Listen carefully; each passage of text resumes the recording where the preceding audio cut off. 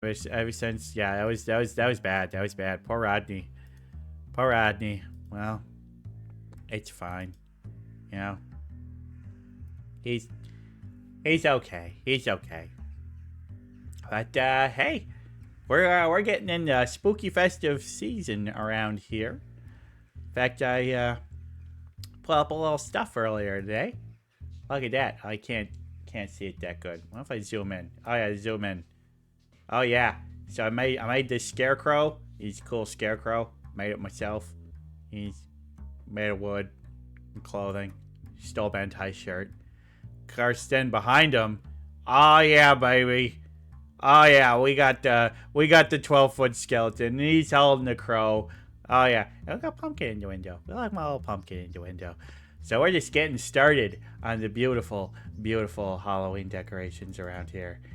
And oh yeah, it's gonna be great. It's gonna be great. We got a lot of fun stuff coming up. We got some great October spooky guests coming up.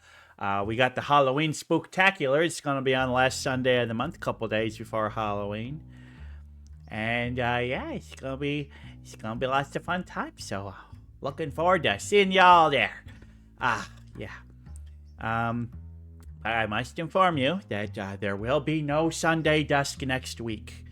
Unfortunately, I will not be around. But actually, it's got a reason, because I'm gonna be in Green Bay, Wisconsin, watching the Green Bay Packers throw a ball around and try and throw the ball better than the Saints. And we're also gonna go explore city of Green Bay. On Monday, we're gonna go to Door County and go like antiquing and go like wineries and stuff like that. It's gonna be great. It's gonna be great. But because that, I'm not gonna be able to stream. So I guess next week just watch someone else's stream. There's lots of people, but y'all aren't watching someone else's. Well, maybe you are, but you're all watching me, and I'm so thankful that you're watching me. Thank you for coming down to Sunday Dusk. We appreciate every one of you so much. So many wonderful people in the chat. We got Hasio. We got Bailes, Shiro, we got Ray Bandan. That's all of you for now. I'm sure there's more of you lurking. But we love our like. Ow, ow, ow, ow, ow, ow, ow. We love our lurkers. We love it. We love every one of you. But we gotta talk about the news, don't we? Oh my God, so much news. Let me just get down here. And let's see what we got the news. We got some fun news this week. So this week I learned about a place that's they're having an anniversary, and this person happens in there's a Gettysburg Civil War museum, and it has dioramas recreating many of the battles and important moments of the Civil War. But there's something about this that makes it a little bit special, and that's that every single one of the fighters and people is portrayed as a cat. Those are all little cat people.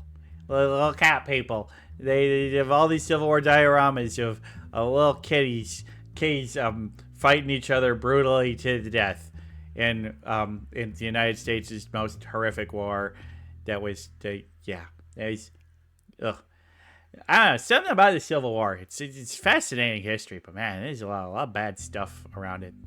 The whole reason for one of the sides fighting, not good stuff. But yeah, it's an interesting history to learn and have the dioramas. Yeah, it's cool. And to do it with kitties, well, I guess doing it with kitties is one of the better ways, because kitties are already brutal murdering machines. So why not?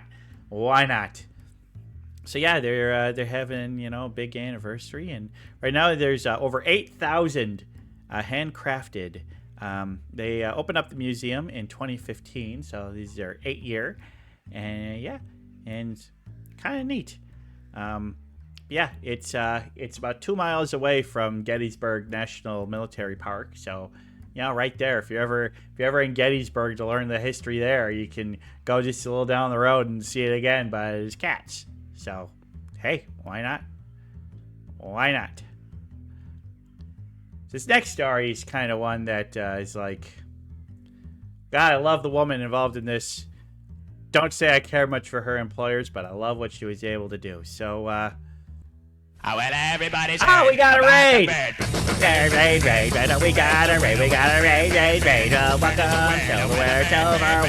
Doing the raid. Well, welcome, Raiders. Well, welcome to Sunday Dusk, the greatest Sunday evening talk show on all of Twitch. Thank you so much for coming in, Silverware. We're so glad to see you. Welcome, all the Raiders. We're in the middle talking about crazy news. We just talked about how there's a Civil War museum that has all the dioramas, but all of the figures are cats.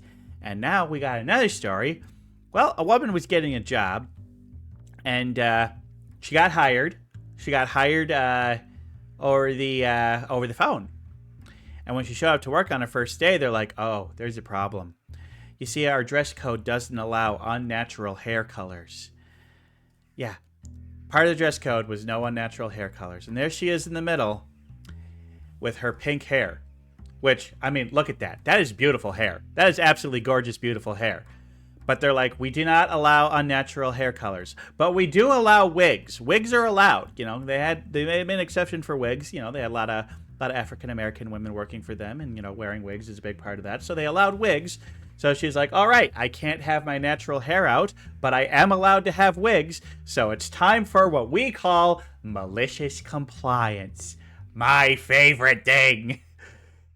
So, Emily Benshotter, 29 years old, has been forced to wear wigs to cover her pink hair. So she's taken it as seriously as she can, and she has found a series of absolute crazy, weird-ass wigs, and she's going hog wild. And she started a TikTok, and she's starting to get quite a good following, just showing off her crazy different wigs. And you know, I think it's great because she's not technically breaking the rules. But it's just like she's wearing just the most ridiculous wigs she can find, which are far more ridiculous looking than her pink hair. Like, I mean, come on, look at her in that middle picture. It's lovely, beautiful hair. Like, you really think a customer is going to see hair like that and be like, well, that's a problem. But then see the wigs and be like, yes, that's fine. In fact, she said that most of the customers who talk to her agree that the policy is absolutely ridiculous, think her wigs are ridiculous, but they like her and support her. So far, she's getting a lot of support from pretty much everywhere, and even like her manager is kind of on her side, but it's like one of those corporate mandates. Freaking corporate mandates. Yeah. Good on you, Emily. That's pretty fantastic. I love what you're doing there. I love that you're using a chance to, they're trying to create, you know, crush your creativity with your normal hair, and you're finding a way to get around it. And I just think that's awesome. Power to you, Emily. Keep doing what you're doing. Hopefully you'll be able to just start having your natural pink hair, because who cares if it's not natural? It's still your hair, and you're making it do what you want. And yeah, the people who actually care about that can you go screw themselves, because let people be who they want to be and express themselves. They want to express themselves. You know, as long as you're not hurting anyone else, who cares? Who cares? That's the real point on this show. All right, next story. Well, we've got a world record has been set again, and this was a world record for riding on a scooter a certain speed. Oh, this individual was able to go a distance faster than ever had been done before on a scooter. Well, I think I'm talking about a human? I ain't talking about a human. I'm talking about a cockatoo. Haha, yes. This cockatoo, a 7-year-old named Chico, has set the record for going 5 meters on a small scooter for a bird. And yeah, old Chico was able to get on that little scooter there and just pushing with their foot. We're able to go from start line to finish line faster than any bird had ever done it before, thus setting the world record for fastest time for a bird going 5 meters on a scooter. Yeah, it's one of those world records where it's like, okay, yeah, you have the world record. If condition A, B, C, and D, then yeah, sure, you got the record. But it's a cockatoo doing it, and it's awesome because we love cockatoos. It's so smart, so wonderful. Yeah, Chico is a happy little bird. Was able to do it no problem. Was trained well. Got nice, tasty treats for doing it, and yeah, yeah, cockatoo's easily trainable. He's a well taken care of bird, and it seems to be a happy, and yeah, it's good. We love this. This is a heartwarming story. Guinness World Record title was achieved on the set of Low Show Day record in Milan, Italy. Yeah, it's an Italian thing, but I guess that is funny that you're right. It doesn't actually show the actual achievement. But hey, Chico's got a world record, so good job, Chico. Congratulations. Now, my last story today involves space and NASA. And, well, there was an item, or actually a series of items. As you know, there was the moon landing, 1969, and several more moon landings a few years after. And each of those moon landings, they brought down their lander. They did experiments, they did stuff, but quite a number of things were left behind. However, there are some things that were left behind that scientists now want to bring back. They want to bring them back because they believe that after sitting on the moon for 50 years, that there is valuable information to be learned by it. And it comes to something biological. Something that they wanted to see if life could survive up there. Certain bags, yes, certain bags of a poo. See, when the astronauts got to the moon, they had the whole trip there and the whole time there. Look, there's a book about this. Everybody poops. Well, that's just extra weight. That's just extra things they don't need to be carrying around. So they left their poop. Yeah, there's a piece of tape to the buttocks. That's part of it. But yeah, they pooped in there, and they left the poop on the moon. And now scientists are like, we want to see that poop. We want that poop. Because the poop is, think about it. There's lots of microbes and biology and stuff going on in in those poop things, and they want to know is like, did any of it survive? Has it multiplied into little bacterial colonies that are sitting there? And he's just like, there's actually a lot that could be learned, a lot about microbiology that would be very useful to know about for a bag of poop sitting on the moon for 50 years. Obviously subject to quite a bit of radiation without the atmosphere up there. So they kind of been debating. It's like, do we send a rover up there that can somehow collect it and bring it back? Well, who knows? But it's kind of an interesting thing, and they're trying to figure out how to do it. But all I know is that if they do ever bring those back, I don't want to be the person that has to open that bag up. No, thank you. No, thank you. Yeah, science, baby. Sometimes it's dirty. Well, that's all for the news today. What a great set of news we had. What wonderful news. But it's time to move on with the show. And now here I am behind the desk. Well, my guest today is a wonderful artist, a wonderful streamer. They are half crow, they are half horse. Everyone, I would like to welcome to you to the show, Crow Taur! Oh, thank you! Thank you, everyone! Oh my gosh, thank you! Oh, oh, so kind, everyone! Thank you! Oh, everyone's so nice! Yeah! Thank you! That crowd's really cheering me up. Oh my god, Dross is here! Hi, Dross! Hi, Dross! Friend of Welcome! mine. Well, Crow Taur, thank you so much for coming on. How the heck are you? I'm great! Oh my gosh, thank you so much for having me! I'm feeling super. Happy to have you on.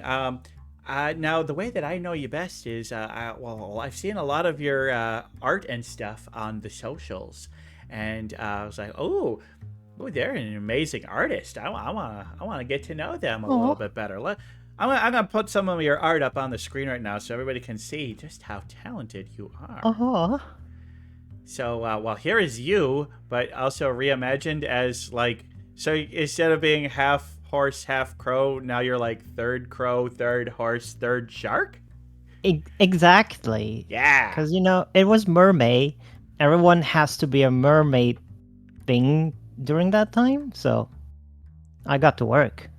I always love seeing mermaids with shark tails instead of like just the normal fins or something like that. And it feels like a lot of mermaids, they have scaly tails, but the orientation of the fins would make it whales or mammalian, like a dolphin or you know what I mean? Yeah, I always thought that was weird. I don't know, it's just more aqua dynamic, I suppose. It's good Yeah. for looting ships in the high seas. Yeah. I mean, the horse legs up front, how would those work underwater? I suppose it could be good for bashing in, like, sides of ships or something that are underwater. No, you just run, but underwater. It's just, it makes you faster, believe me. Oh, I will trust you. You have more experience in it than me, so yeah, I get it. So let's see. The next piece of art that we have here is this is a pretty good one. I love the dynamic coloring on this one, and yeah, it's a bright, vibrant. Now, who is this character? Oh, the one in the middle? That's my wife's character. Her name is Kira. She's the super villain scientist who lost her arm, and then arms, and then decided I can have two more, and then I also can make them modular. So, like, exchange them for different multi-tool weapons, and she likes to fight kaijus in her spare time, along with her friends that you see in the background. Which one of them was Yes. me. Yes, I see you there on the far right, and then yeah, another friend there, using those swords. Swords cool. Everyone loves swords. Swords are so cool. Yeah, this is a Swords are great the best. picture. I just love the dynamic energy of it. You can just really feel the movement and the motion, and just like the look on her faces. Yeah, that's awesome. That's awesome. It's a really good picture. Really good. Thank you, thank you. Yeah. And then this one right here looks as if it is some sort of tarot card. Hi, RPG Rooster. Good to have you. Yeah. So is this like the magician? Is this a tarot? This is a tarot card, right? I'm not It being. is a tarot card. Okay. Good. It- Good. yeah, don't worry. I love it. It's a great picture. I I am in the process of making a whole tarot set. That's where it is from. I sort of played around with the idea, and I saw that a lot of people like tarot sets, and they like to be in tarot sets. So I turned that into a commission type, and just said, I'm going to make a whole tarot deck full of people's characters, mixed with my own ideas and their ideas. And so far, it seems really popular. And next year, Yeah, I'm kind of curious about the tarot cards. It's like, is there one that what tarot card would I fit best as? oh, you, well, describe yourself in like a couple words. Uh, Super dorky, big on like, if there's one that's associated with like intelligence and knowledge, I'd say that is there, but also maybe a little bit of silliness and goofiness, but also kind of, a little bit, I like horror and spooky stuff too, so it's just like, I don't know. Mm. I don't know the deck super well. Well, so intelligence and knowledge is sort of tied to the magician, the one that you saw. Okay. Because the magician is like an alchemist who studies the things of the world and sort of combines them to create new things out of them, And dorkiness, I would say that's the classic fool. It's just a carefree person. Or the hanged man, actually. The hanged man is good for dork, because the hanged man is someone who's carefree, who doesn't stick to any rules, who just does what they want. They're just sort of floating in the air. I know there's just so many cards, it's really hard to know which one could really fit for me. But yeah, magician would make sense. That's okay. Every card is it just represents a part of the whole. You know, Yeah, that's why I you mean, always read with several cards at once. well, yeah, that's the kind of. I mean, that's the thing with tarot, and also, for me, with astrology and stuff. A lot of it's just like a lot of it's so very generic. It can apply to almost anybody. You just got to find what parts of it Yeah, fit for you. that like yeah, you gotta watch out when it comes to you know esoteric people or like um, people trying to tell your future because all they do is mostly just try make the broadest kind of guesses. And I use the tarot. I do like reading the tarot, but I don't try to predict the future or predict things. I try to just help people figure out themselves. Yeah, Yes, I had a friend who was explaining it. She's like, I don't believe this is actual fortune telling. This is actually telling my future, or anything like that.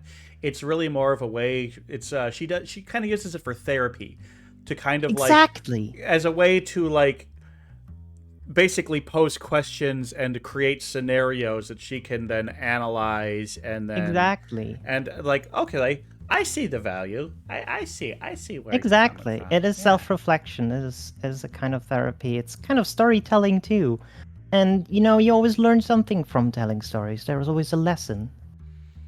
Oh, absolutely. I mean, that's why I'm a huge fan of folklore.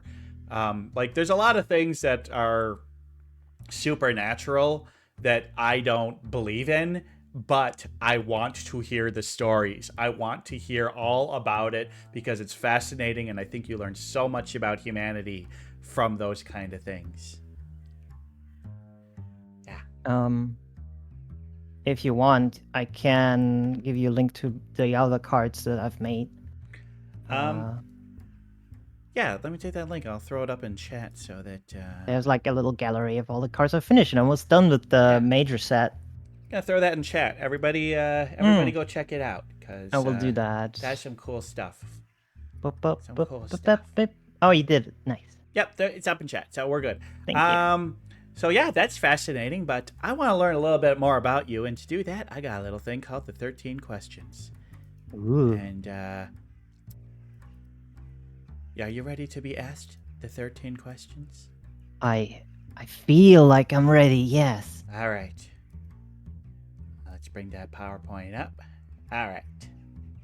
Well, the first one, it's pretty simple, covers most of our bases, but describe yourself as a VTuber. What's your lore, stream style, and what are your goals? So, well, as you can see, I'm a Horsebird Tor VTuber. That's who I am. I just came out like this from somewhere. I'm not quite sure how, but it's how I was made. And I'm here to just have a chill time. Honestly, I mostly stream art. I stream myself working on commissions and personal things. Sometimes when I feel like I want to play some games, I do that too, like today. Um, and honestly, my goals.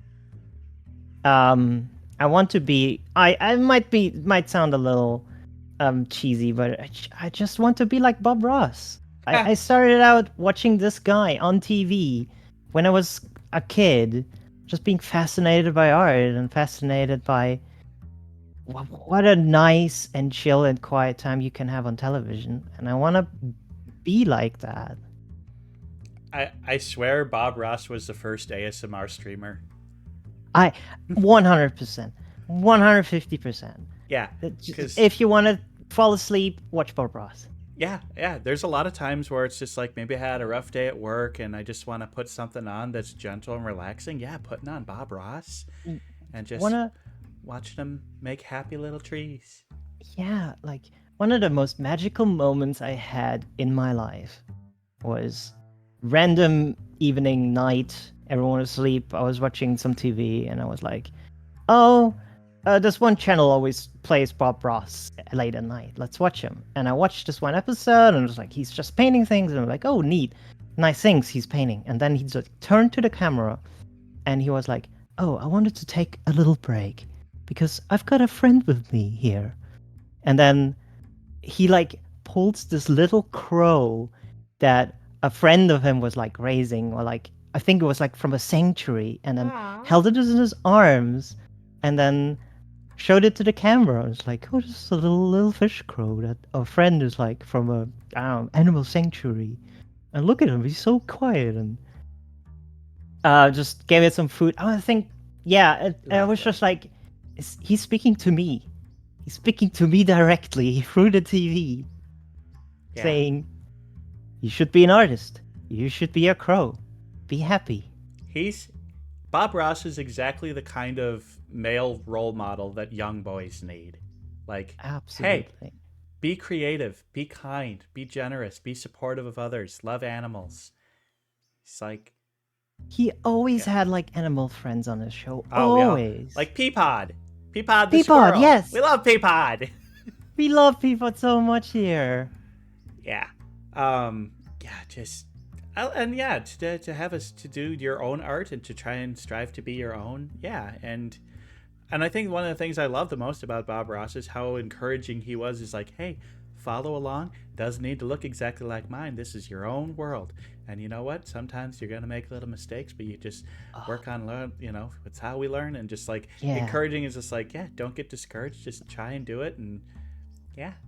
Just the idea of happy accidents, right? Mm-hmm. That maybe even something you do unintentionally might result to something you didn't know you needed in that spot, and it works. Mm-hmm. Yeah, very nice. Well, that's a good goal in stream style. You got the Corvus Twig seal of approval here. Yeah, thank you. All right. So, if you could do a collaboration with any streamer, who would it be? And what would you do? Like, would you play a game or do art or something else? Oh gosh. I gotta say, I might be biased here, but it would definitely be with Hell. I look up to her like so much. She works so hard on her stream and on her charity stuff and on her community. And she's an absolute inspiration to me. Well, I mean, that's pretty attainable. I could put in a good word for you. Hell's been on my channel a few times. I'm still trying to get Hell on Sunday Dusk. Oh, she needs to come. She said she's interested. I think we just need to find a day. Yeah. Yeah. Yeah, last time I played or I did something with Hell, we played Phasmo, and I have not played much Phasmo, and I don't know it that well. And Hell is like a savant. She's so cracked at it. Yeah. I'm walking in. She's like, "This is the ghost we have. We've got all these things done." I'm like, "I just got killed." I played that game too. It's so scary when I get killed. I do not like it. I had to hold my hands in front of my eyes. I'm like, oh no, the scary ghosts are going to get me. I need to play it in VR. Oh, I do not. I don't know. I get startled easily. Yeah, Hell. And what did you say you would do with Hell? Play a game? Or just chat? Honestly, probably just draw together and draw something nice. She draws too. She's like really good at it. Yeah. She draws super cute little chibis and stuff. And it's also like just, I mean, I keep telling her that she does good work and everything. And it's, to me, that just proves like anyone can learn the skill. I see so many times some people are like, oh, I wish I could draw. I wish I could be creative, but I can't even draw a stick figure. And I'm like, everyone can learn it. You just gotta sit down and do it. Yeah, and it's, take a class. Teachers can teach you all sorts of techniques and how to do stuff. And yeah, very few people are going to be good at it right away. That's what practice is. Exactly. Like, I was watching a stream not that long ago with Inannis from Hololive, and she's an amazing artist. I mean, she's the best artist in Hololive. Oh, and wow. People are like, how do you get so good at art? And she's like, I've literally put 10,000 hours into doing this. I practiced and drew every single day for decades, and that's how I got this good. She's just like, I didn't just get this talented right off the bat. You look at my old stuff, it's garbage. I practiced and I learned and I kept practicing. that's how I got so good. It's just like, yeah, yeah. It's with anything, you gotta put the work in. Unfortunately, That's yeah, exactly. Like art is definitely something you do. You do it for the long con. You do it for the long haul. You don't get good from one day to the next, but you will get good eventually. And the main thing is something that Bob Ross, for example, always says like you have fun with it, you enjoy it, you find your own enjoyment. You don't always want to do it just so you can become the best or draw the most wonderful pictures. You figure out what your goal is, what you want to get out of it, and yeah, then you because do it. no matter how good you are, at the end of the day, you've created something. Exactly. You Yeah. know, like Ellen Moore said that being an artist is like being a magician because you create something out of nothing. Mm-hmm. Absolutely. Unless you're using AI art, then you're just a piece of shit. Uh, You can go fuck yeah, yourself. that's you're a piece of shit and you're a cheater and you're ripping off other Well, people's works. Do not do that. yeah. All right. Next one. What game has the most hours played on any of your devices? So it could be on your Oh, Steam library or oh anything. boy. Oh boy, I will look it up, but I wouldn't be very proud of it. It's probably um uh there's a way to filter that, right? You can do that on Steam. Yeah, you can just go into your Yeah. Steam library and sort by hours played. Uh sure. I um Oh, there's the button. It's not Minecraft, Um, is it? no, I think it's Team Fortress 2. Ah, a little TF2. It's got 500 hours. Definitely one of the oldest games on my Steam profile. I think my oldest Steam game is I guess in terms of what I played first, I think I played Portal first. But the orange box is what got me to download Steam. Oh, same.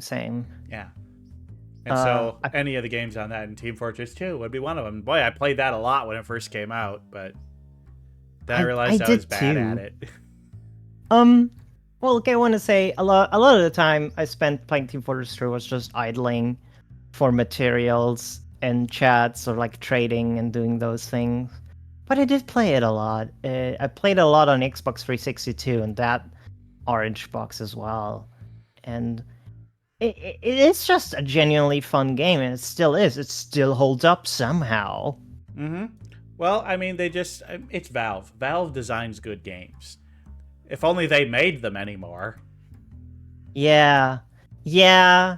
That's sort of the issue with Valve. They have a very, open company culture where anyone who works there can do anyone they want, doesn't matter what. So a lot of people who are just have seniority in the gaming industry just go there and spend the rest of their careers there, just doing whatever, just not making games.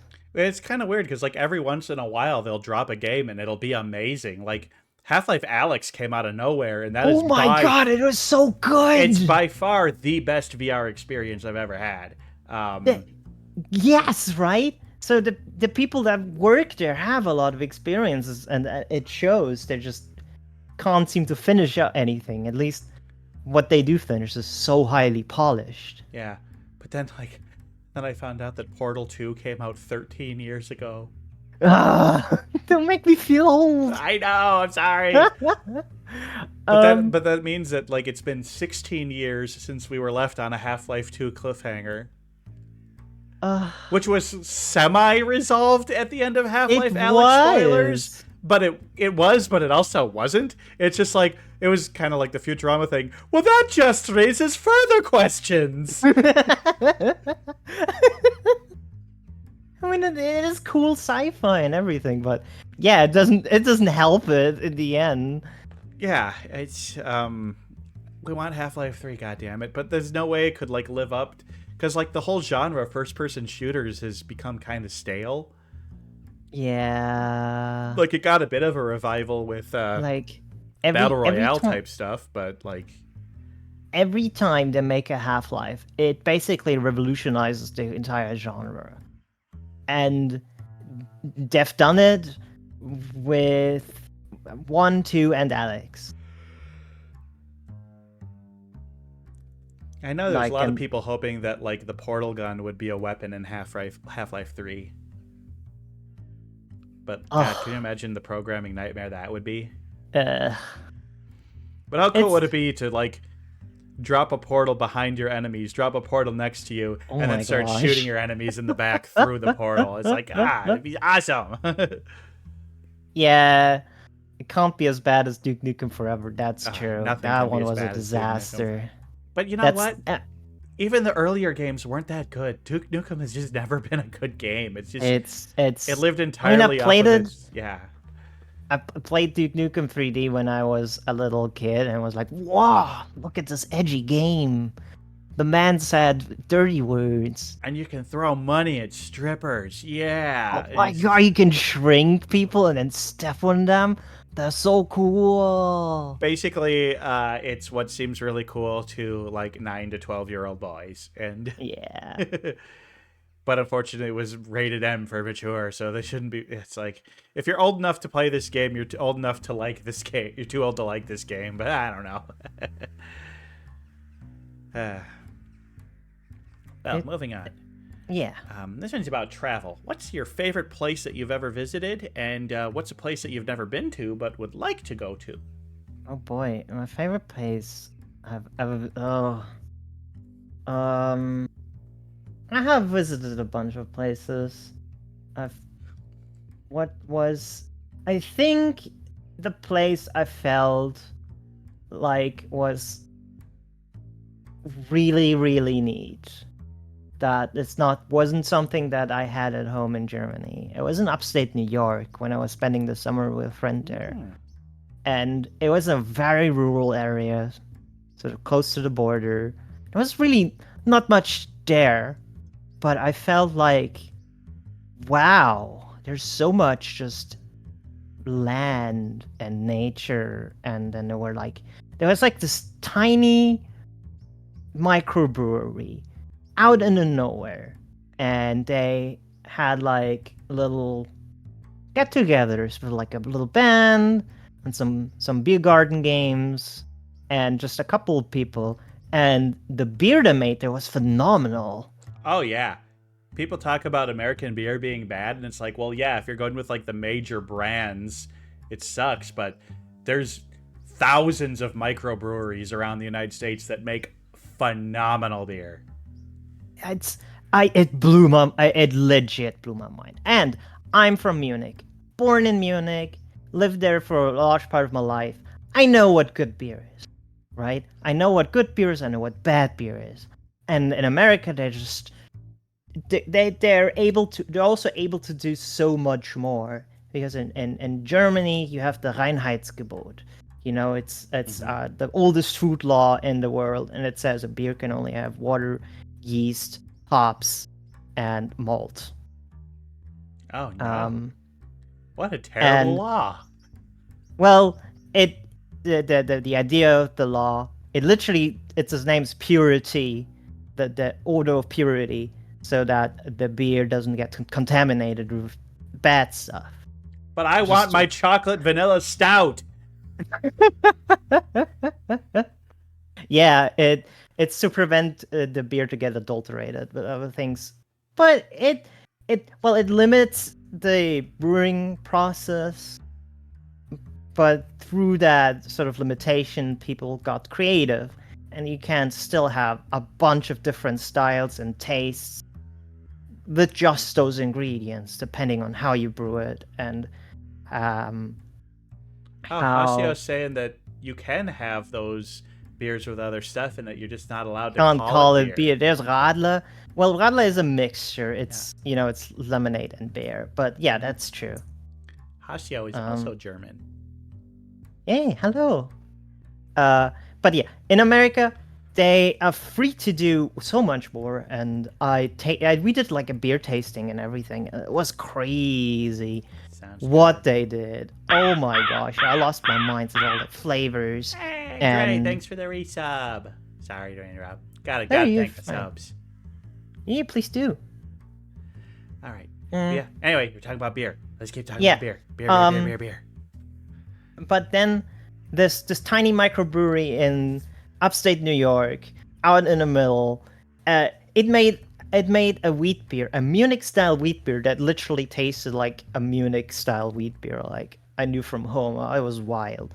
I mean, I get why you literally just get that stock of wheat, or that is used in that style of beer, but in order to brew it to taste just the same takes mastery. Mm-hmm. Yeah, I can see that. I mean, it's science. It's chemistry. It's It is. so little tolerances with ratios and temperatures and time. Yeah, it's And but yeah. you're working with a living thing. Yeah, Yeast is a living organism, and absolutely. it can thrive and it can die, and it's just the little things you can do by changing temperatures and amounts and whatever changes the entire flavor profile of the beer drastically. And then if a brewmaster is able to keep the same flavor profile over many different batches, that blows my mind. It's impressive, absolutely. Yeah. Yeah, it makes you wonder. It's like, do they ever have to throw a bat? I mean, sure they do. Having to throw a Absolutely. batch out because the flavor didn't come out quite right, or maybe it came out differently, but it's still palatable, so they relabel it as something else. I don't know. Mm. I mean, I think you kind of notice it sometimes if you drink the same brand, Hmm. and then you're like, oh, this is like tastes a little bit more like this, more like that. I do want to say the UK has This some. Hefeweizen is a 2021. Good year, good year. Yeah, they mix them up to get an average flavor. That's absolutely true. That makes sense. Yeah. So much to learn about it. Well, what's a place that you've never been to but you really want to go? Probably I'm gonna be basic bitch, but Japan. It's okay. Only half of my guests have said that. Hey, We look, keep- I don't blame it. I want to go to Japan sometime too. It seems like a great, fun country with lots of cool culture and yeah, and yeah. it's got a very tourist-friendly infrastructure. Oh yeah. I mean, I imagine they make so much money with tourism. But you know what it also has? It's got a life-sized Gundam. I Oh think it's yeah, got like 3 already. yeah. I'd be surprised if there was only one. They have like, oh, yeah. I'm actually planning on going there next year. Definitely planning on going to see the life-sized Gundam. It's gonna be great. I was gonna see friends. I'm very excited about that. Very Yeah, in nice. Yokohama and Odaiba, in Fukuoka, there's another one. All sorts of cool stuff there. It's kind of funny, but there is like so much stuff that's like the giant Gundams and like so many things related to anime and stuff that like the average Japanese person probably has never seen or maybe doesn't even know about. They're like, I'm just a salary man, just working a job. Just let me do my thing. I don't care about these Probably. animes. But Gundam has been around since the 70s. It It's an has, institution. yeah. I mean, there's, God. I mean, if you want, if you want a country that's good about keeping a show running for a long time, it's Japan. I mean, God, there's some. Was it Oh, Doraemon? yeah. Has been there wasn't Yeah, Doraemon in the Doraemon. '70s and something and that's still going. Um, like I remember Naruto first coming out when I was in college, 20 years ago, and that's still going. I mean, it's a new series, but it's the same story and characters, still thing. But like, when did One Piece start? One Piece has been going for a Oh, it long started in time. like 1997, 1998 in Japan. Well, and do you think Toriyama ever thought that Dragon Ball would be what it is now after he started drawing that? Oh my god. and it's just like one. Toriyama did like so many different works too. Like Dragon Ball is just one of them. Yeah. Um, Famously, the artist was it the Dragon Warrior games uh, or not Dragon Warrior, um, Dragon Quest or Dragon Quest. Dragon Quest, yeah. Yeah, Doctor And Slump. Chrono Trigger. Oh yeah, oh yeah, oh yeah. That like so many cool character designs too. But he's got a very distinct design. You can look at a character and be like, "Oh, Toriyama did that," which is good. You Absolutely. know, it's good that you can be an artist that can draw well, but also have a distinct style that is instantly recognizable. Yeah, you still have people like Usamu Tezuka, who were absolute machines when it comes to manga. They were working 6 days a week, and then the seventh they got to see their wife for like. Not for me. Yeah, they were just. I I love this little documentary they did of him where he was working in a studio and then he just watches TV while drawing, and I'm just like, he's just like me for real. And then he takes like a little nap, and it was just like, it's just like me for real. Stuff like that, like how do you? It's like, how can you? Don't put TV on. That'll distract you. And it's like, no. Some of us, our brains work better, and we're more productive when we have another distraction on. Yeah. Yeah. Well, cool. Let's move along. So, if you could be instantly talented at any skill, what would it be? Oh boy. Oh boy. And you can't say art because you're already talented. Although maybe it could be Okay. a specific subset of art, like sculpting or. Maybe, but I don't know. I already tried out different styles, so definitely something to do with music. Um, I'm already doing some singing, but I'd like to get better at it. But I think I'm good as can be. I would love to learn an instrument. Um, Any particular instrument you really like? uh, Probably classic guitar. Like it's easy to sing along to, and I just like the sound of string instruments. Strings, I do agree. I Yeah. I used to have a voice trainer actually. I did some singing therapy, or improving my voice through singing. Nice, nice. Uh, I could, I mean, practice more, but I, as with everything, I think I'm at a stage where I feel like I'm good enough for myself, and I don't have to like keep working or improving to reach a goal I might not need. You know, I like my voice as it is. So That's good. That's good. I had a former roommate who was a pretty good singer, and he did vocal lessons, and he was doing the vocal lessons during the lockdown, and it was interesting hearing him. But goddamn, that was the most annoying time of the week because he was fucking loud and doing weird things that were not songs. It's like, I get what you're doing. God damn, I need to get some better noise canceling headphones. yeah. One of the coolest lessons I've learned was, in order to improve your voice, just pretend you're a different character. Just literally role play and make your voice express something, like an emotion, or express, you know, how a different character would talk. And that way, you learn how to be more dynamic with your voice. That's great advice. Yeah, that's pretty close to a tip I've got when doing improv. You put a different voice on, not necessarily like an accent, but put on a different voice, and really think about how that voice reflects the character. And Exactly, yeah, exactly. yeah, because it's easier to it feels like it's easier to get into character when you do a different voice and you're trying to do the mannerisms of talking. And yeah, it's fun stuff. Fun stuff. Believe it or not, I don't know if this is my normal voice. Maybe it is. Maybe it isn't. Y'all can't tell. Y'all can't tell. Am I putting on a Corvus voice? I don't know. I don't know.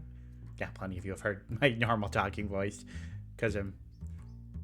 Okay, Gabbo. Gabbo, Gabbo, Gabbo! Ah, Simpsons references coming from Hasio today. I like it. All right. Well, question Oh is, God. what's the biggest thing you geek out about? Oh, Besides Gundam, I mean, whatever besides you want to talk Corvette. about. This is one of my favorite questions. I want to Oh hear my about the thing that god. you like love the most. Besides space things, oh my god, I love space things.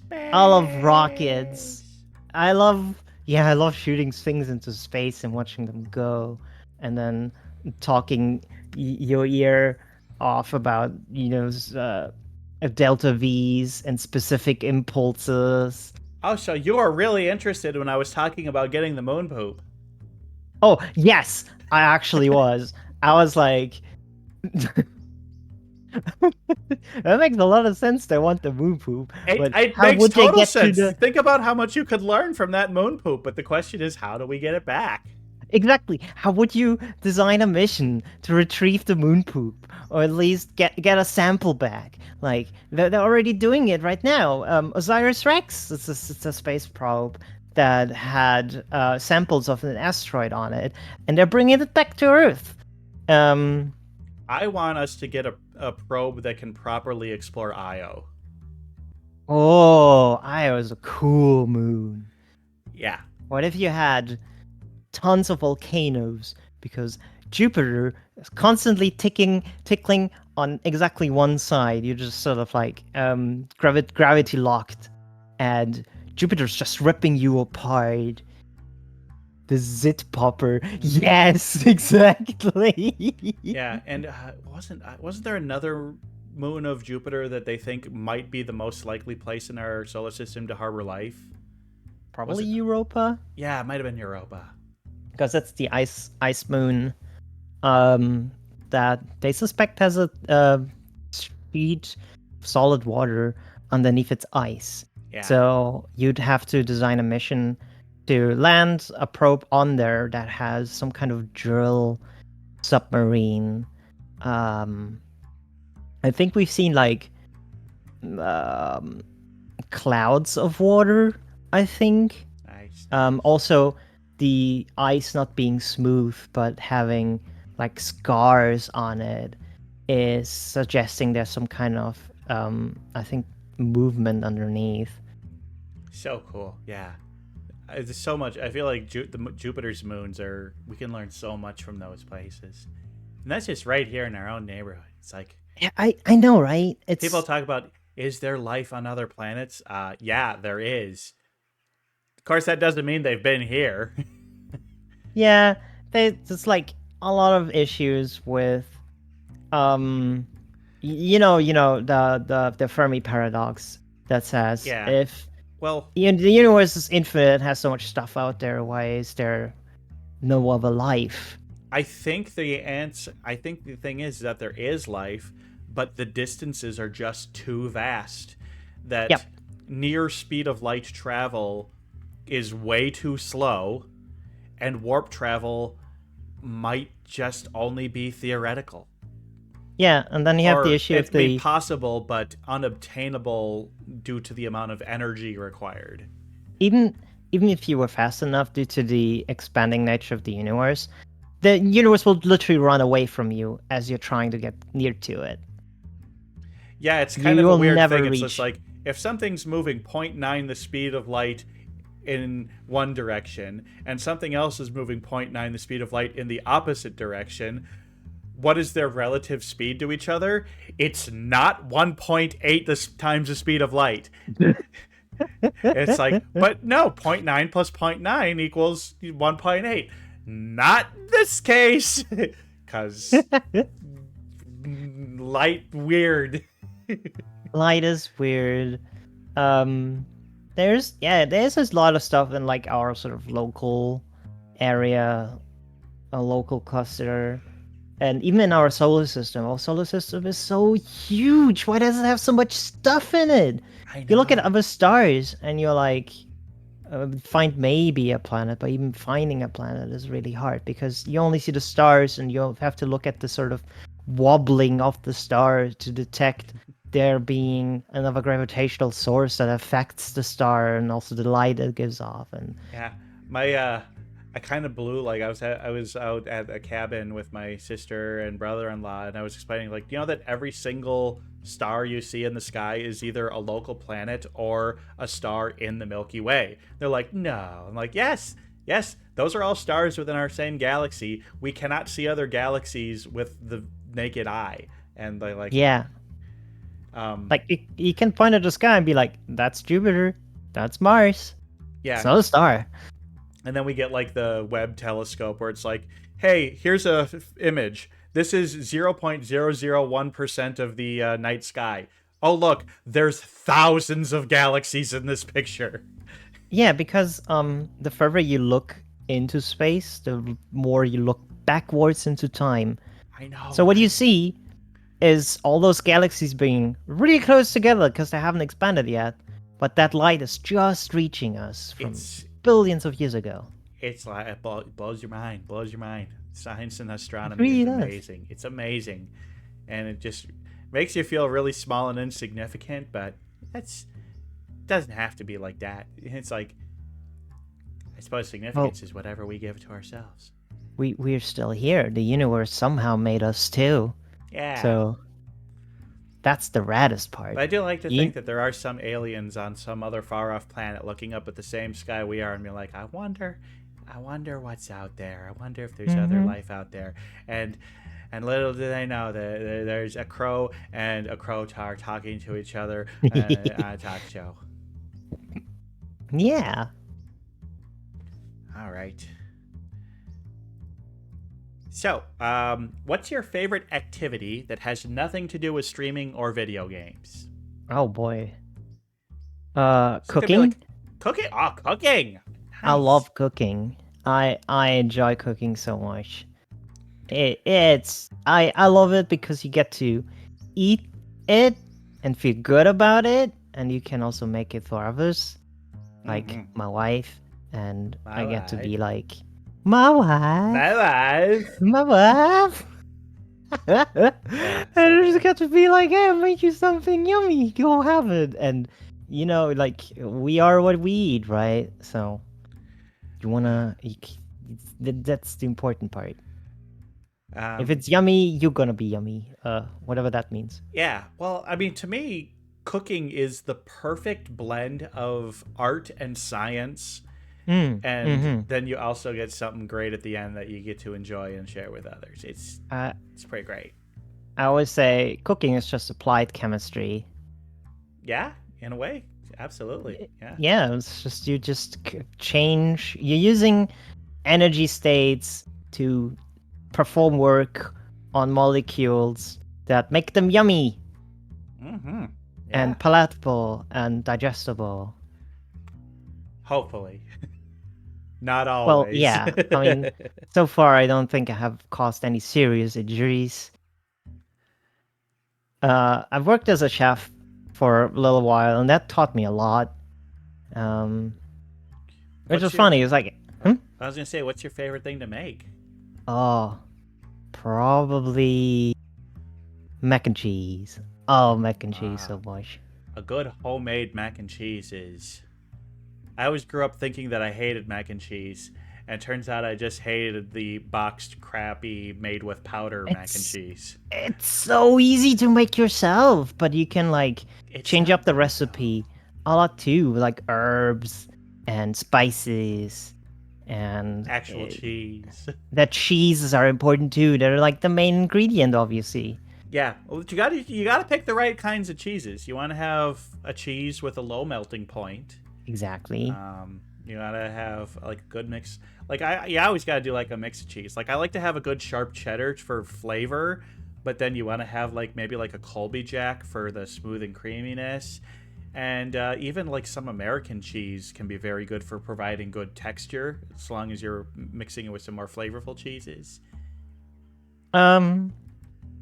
Yeah, usually I go for cheddar for flavor, mozzarella for the chewiness, stringiness, and the meltiness. Now, Hasio's saying not Parmesan. Parmesan can be used on a mac and cheese, but as a last-minute addition sprinkled on top. Exactly. Not really part of the cheese sauce. Yeah. Another recipe I really, really like, that's like my favorite, is cacio e pepe. You know, classic Roman spaghetti. Just some butter, parmesan, and pepper, and then make it all nice and creamy with the pasta water. And you get something incredible out of these really easy ingredients. Yum, yum, yum. Look, there's my wife in the chat. Yeah, I was gonna say, Kira, is that the wife? That is the wife. Welcome, Kira. Happy to have you here. Yeah, Sorry, I cooking. made you hungry, You but did. Well, I mean, I literally ate right just before stream, so I'm actually not hungry at all. good. I'm good. Had myself just a simple pepperoni and jalapeno pizza. Spicy Mmm. pizza, like a spicy pizza. Spicy Spicy pizza. pizza. Okay, next question. What is your favorite holiday and how do you celebrate? So I really do not celebrate a bunch of holidays, but I'd say my favorite ones are Christmas and New Year's. They're Okay. just a fun little package. Uh, the first one you get drunk and open presents, and the other one you just get drunk and watch some fireworks, and then hopefully you're together with people you like and love. And that's really all I need. Just a couple of days, food, And singing good O drink. Tannenbaum. Oh Tannenbaum, Oh oh Tannenbaum, Tannenbaum. we shouldn't deine Blatt. Yeah, I'm not going to try and sing the rest of the German lyrics because I'm going to butcher Fleisch them. Fondue. Yeah, so there are some weird German Christmas But traditions I never really understood, like fondue, but it's not the cheesy fondue. Zingießen, like tin uh, casting, where you like cast tin and then out from the shapes you're trying to divine like the next year's fortunes. I never done huh. that one though. Do you do that with like wax or like No, dough or tin, actual tin, tin? like the metal. Like molten tin? Yes, you cast it. You literally cast it. It's not that hot. And tin has a pretty low melting point. Okay. I'd rather just drop some spätzle into the water and see what comes out from that. Oh, you cast it into water. Okay, that makes sense. Yeah. I It thought you were was. just melting it onto. You melt. Yeah, you can melt it with the fire of a candle. You Interesting. mentioned Spätzle. Oh my god, I love Spätzle. You got a I miss boot? I got a Spätzle. boot. Gotta have das Boot. Das Boot. Das Boot. You know, Das Boot. You know, a big beer glass shaped like a boot, because Yeah. that's what you'll be getting. Yeah.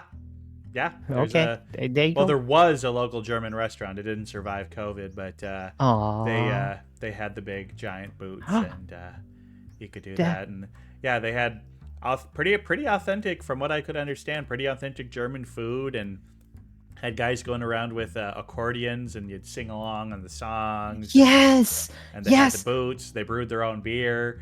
It was great. So in Chicago, they had a Hofbräuhaus, like an actual Hofbräuhaus replica, like an old German band. And I went there for a furry convention, and everyone else just went there to the Hofbräuhaus to get drunk and have a good time. And if you come there in a fursuit, they will paddle you. They will Ha! hit you with a paddle. It was Awesome. amazing. Awesome. That sounds like a good time. They will also paddle you if you tell them it's your birthday. Ha! But it also didn't survive COVID. I was so heartbroken when I heard that closed down. It was such a good place. It had good food and good music and good drink. That's a German lifestyle, you know. That's the Yeah. Gemütlichkeit. Well, the place that I was talking about was called the Gasthof zur Gemütlichkeit. Aww. And yeah, that's what they were all about, was having fun. And like after hours, they had like in the basement, they had a dance floor, and they would have like polka bands. Oh, let's go. Roll out a barrel, we'll have a barrel of fun. Well, you know, I'm from Minnesota, and Oh yeah. we have a lot of. I mean, like my father's entire side of his family is all of German ancestry, so Hmm. I got I got a little bit of the German blood in You me. got a little it's a And then little crow from Germany. yeah, well then my mom's side is Scotch Irish, so Oh, I got that's an interesting combination. yeah, I've got beer on one hand and whiskey in the other. Yeah, I'm an alcoholic. Moving on. All right. Now, this one's a little more philosophical. Of all the Oh. things in the world that there is to know, what's something you Oh. wish you really understood? Oh my gosh. Uh, uh, I wish I really understood. Hmm. I know, it's I a tough would, question. yeah. Uh, I would really like to understand cats, I think, because Impossible. they have. I mean, they're great. They're great animals. They're great pets, but they're so mysterious in a way. They just do their own things, right? I know they have a language. They have a body language that's Mhm. very specific, and you can learn that. You know, you can understand cats to a certain degree, but at the same time, I'm always like just mystified by them. We have like a cat that lives outside, and it always like greets us. And it's the friendliest cat you've ever seen. You've never met a cat like this before. It will absolutely demand your attention, and it will like present itself by like flopping on the ground, be like, Aw, here's me, good pet kitty. me now. But it's never upset when you're like, oh, this is enough, we have to get rid of this cat now. Because if you don't, it will like literally follow you anywhere. It is funny how like cats can really run the gamut from super affectionate, cuddly to I want nothing to do with you. I know, right? You just never know. They're just Yeah, I got a buddy who's little. got, he says he's got two cats, but I've only ever seen one of them because one of them, if they hear anybody else other than him at home, boom, upstairs under the bed. Oh, yeah. My grandparents had a cat like this. Like, I knew it Yeah. existed. I I heard its name called. Never seen it. I have seen that cat a couple times because I was there for a long period of time watching movies in the basement, and the cat came down to use the facilities. Oh, okay. So I have visually seen the cat does exist, and he's got another cat who is less shy, but still not the I want to hop in your lap type cat. She's nice, but she's not. Yeah, yeah. Cats, God, don't understand them. You ever watch like the Cat Whisperer show with that guy who was like was it like something Galaxy, like Jackson Galaxy or Oh something my like god, that? no. I don't trust these people. Well, this guy seems a little bit better in actually understanding cat psychology and like he's like Okay. a lot of times he'll come and be like, "Oh, I understand why your cat's having these issues. The environment that your home is absolutely not suited for a cat." That would make sense. Yeah, cats do need they do have necessities, Hmm. and they need to get their needs met. That's absolutely fair. Yeah. Well, I mean, it's cats and they're living animals. All animals have needs. They're not an accessory. They're a living thing. Yeah. Hmm. That's why it's like I love birds, but I'm I'm real iffy on having pet birds, and Oh, yeah, yeah. I feel like a lot of pet bird situations are really really bad.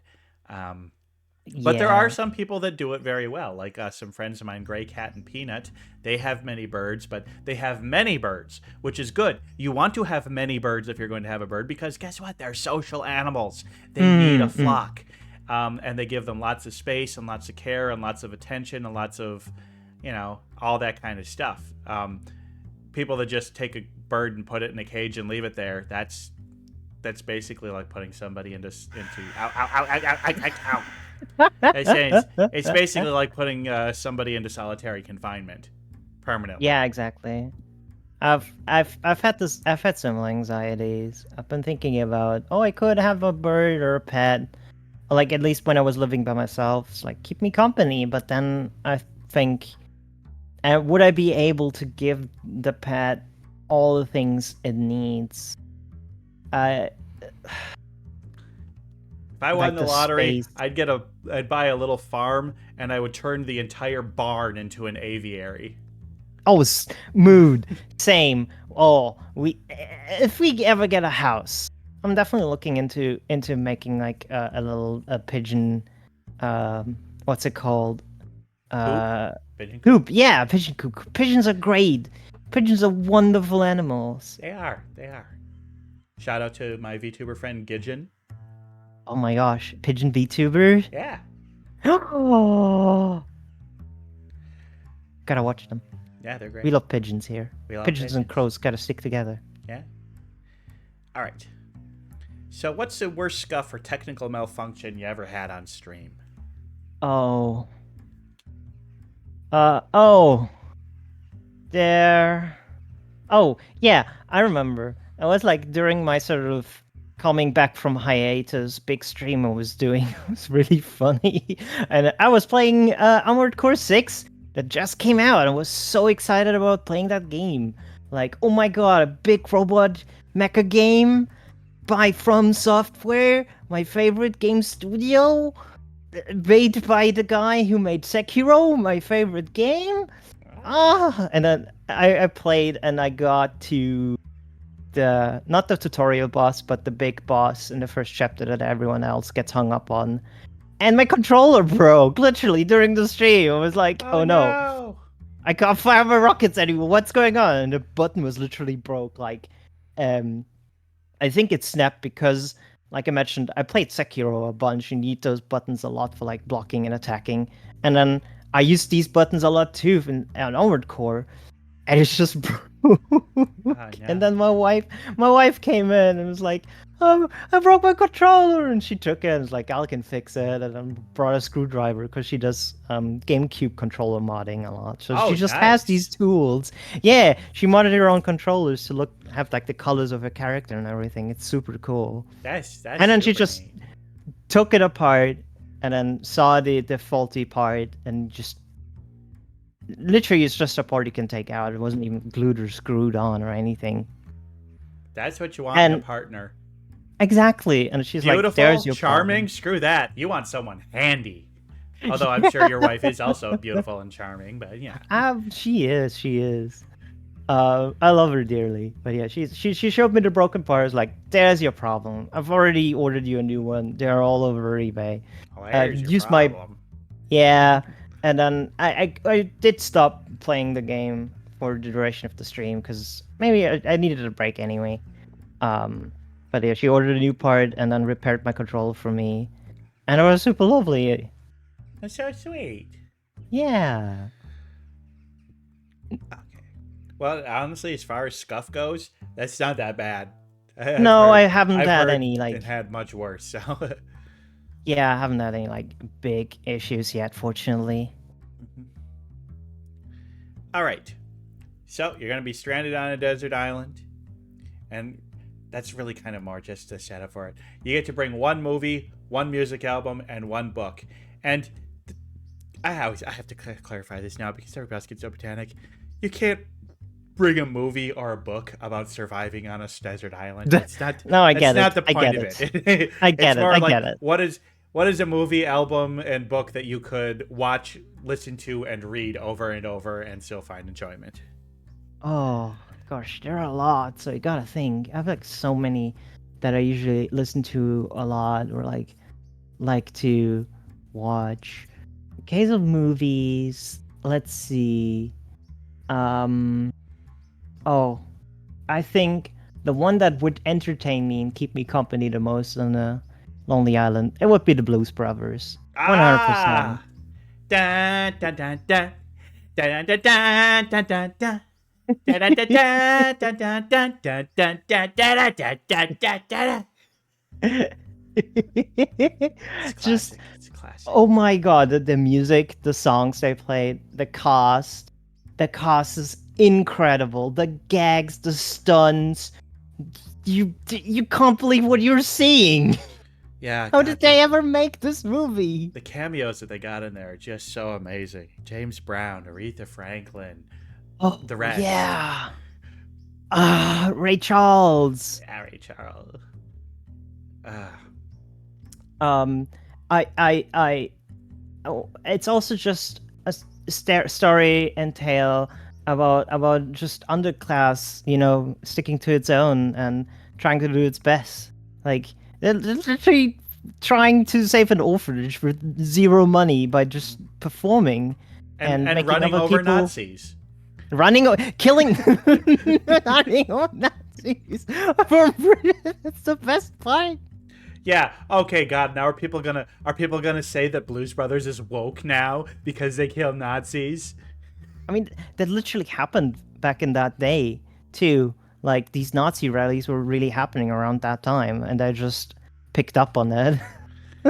It's so funny. It's like in Chicago, there was like this big Nazi cell that was happening back there. The story is crazy, but yeah, I love that Sweet they're like, home, Chicago. and also ACAB the whole time, right? Mm-hmm. Mm-hmm.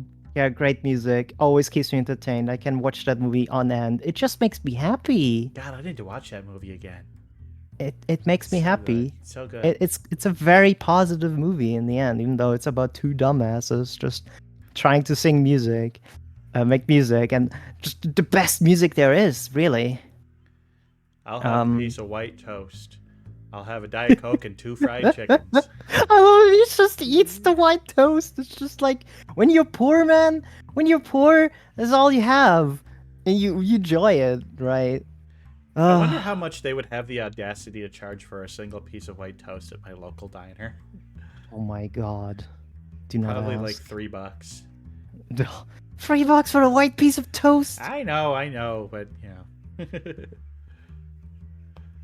I don't think I remember even seeing toast on the a la carte part of the menu. You can Went there always ask for yesterday. it. Went there yesterday. Got biscuits and gravy. Delicious. Oh, yummy. All right, album. What's your favorite music Album. album? You listen to all of them. Oh, I have so many. Um, let's see. If I could choose just one of them. What is the perfect album for me? It's one that I can always listen to, no Every matter song's what. on it is good. Every song on it is good. I guess I keep thinking back to it, but it has to be Moving Pictures by Rush. Oh, that's a great Like, album. it is a great album. I went and saw them about 10, Did 12 years you? ago, and part of their set was they just played Moving Pictures from beginning to end. Right. Like it's an album where I can sing to literally every one of the songs, and they're all bangers. Like you even sing to YYZ. You're like, diddle diddle diddle diddle diddle diddle diddle diddle diddle.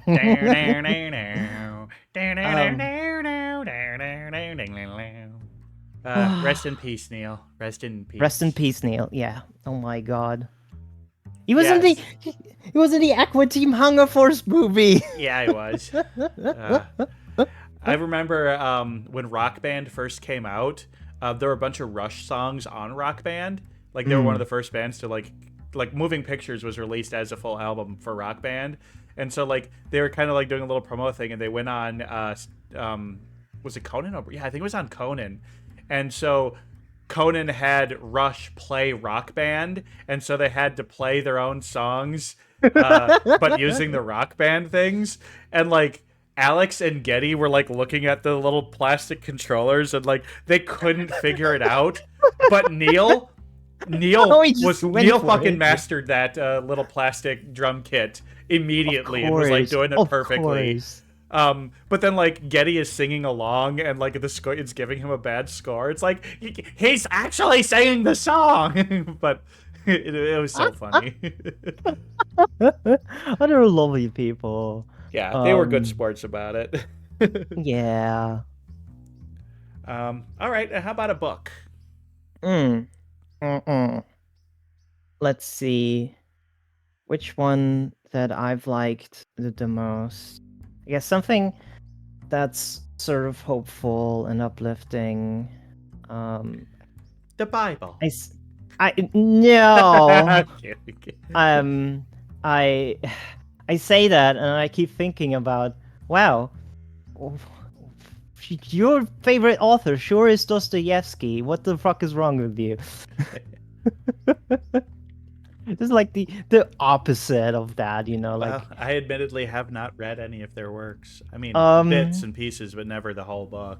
yeah, Dostoevsky sure is a guy who is was a notorious gambler, had epilepsy and no luck in love until the very end of his life, more or less. And he sort of wrote about the indomitable human spirit by writing about the worst persons you've ever seen, ever met, and then still trying to make it somehow through this life. And it gives you insights like, wow, these persons are sure bastards, but um there's still something good about them somewhere. There's still something to strive towards. I don't know, but besides Dostoevsky, well, anything sci-fi. I've been reading Shishilu's free body problem series, which has been pretty popular, and it's about that question: why is there no one else out there in space? Well, maybe because they're all being quiet, or else someone else might find them. And that's a neat little problem. Well, if I was an alien species and I saw our broadcast, I wouldn't want anything to do with us either. Exactly. We just stay quiet. Just don't let them know we're here. Well, that's the thing. It's just like, if aliens have been here, they're here to like the aliens that would be coming here would not be conquerors. They would be scientists, and they would be here to study us, and they would know that their presence would be met with violence. They would know Yes, that, exactly. They and would.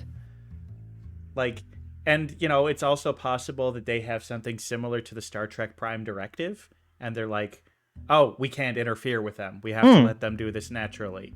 So it's like, That too.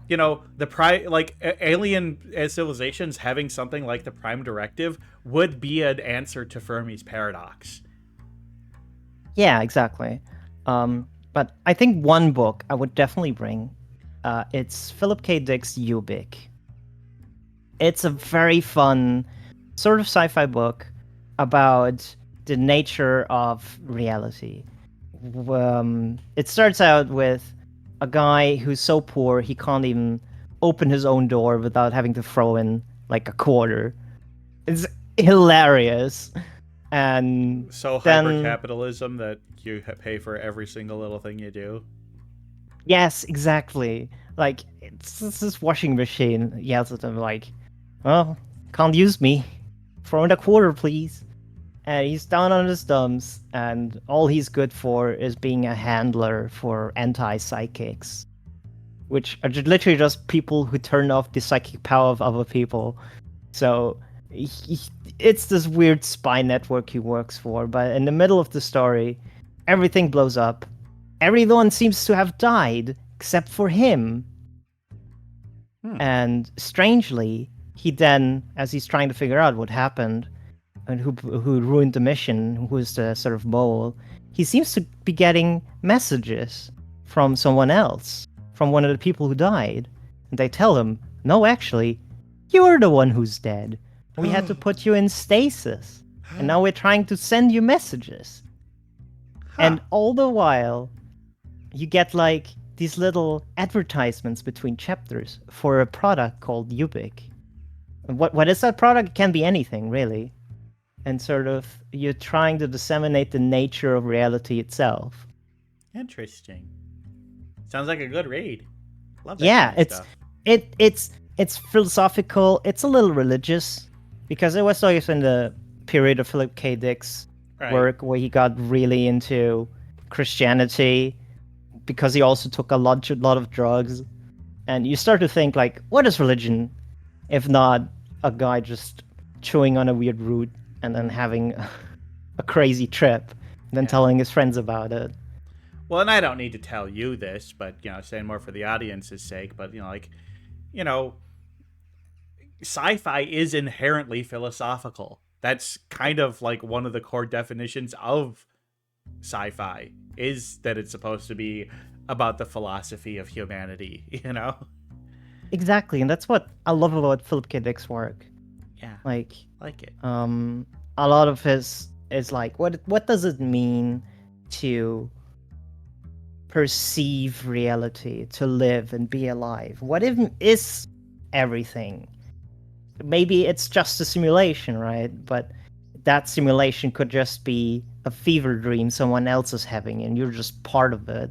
What do you do with that information once you have it? And his conclusion is that it's kind of absurd and something you laugh about and something that's quite comical. Like it's like a comedy show you're in, Yeah. and you just sort of do your best, like. And even if someone came to you and explained it all to you, it wouldn't make sense to you. So what can you do? You just move on, right? Mm-hmm. Well, speaking of moving on, let's move on. That's great. Check that book out. Check out that author out. Sounds great. All right. What advice would you give yourself before the first time you ever streamed? Oh boy. So I started streaming a while ago. I can't even quite remember when it was. And I had like big breaks between it. And I guess the thing. Sorry, I think I would tell myself would be like to just have fun. To not look at the numbers. Do not look at the numbers. Never look at the numbers. Do your own thing. Be yourself. Have like just enjoy yourself because one of the things I always wanted to be was a radio jockey. Like I even did a bit of web radio way ago. It was like a DJ on a heavy metal radio I'm sorry, show. I have to make the joke. You wanted to be a jockey, but yet you are the horse. Yes. See, it makes sense. I'm sorry, I had to. No, it's Go okay. on, It's go. fine. Don't worry. Don't worry. I did some heavy metal stuff back when, but I had no idea. Yeah, I was writing for a fanzine and everything. I was like got to meet people. It was wonderful. Man, metalheads are like the best people. Oh yeah, Like they have such a bad absolutely. reputation based on the way they look and what like evangelicals say about them, but yeah, metalheads are always just like super No, we're chill, just here cool to have dudes. fun. Yeah. Like I love the sort of comedy metal bands that are out there.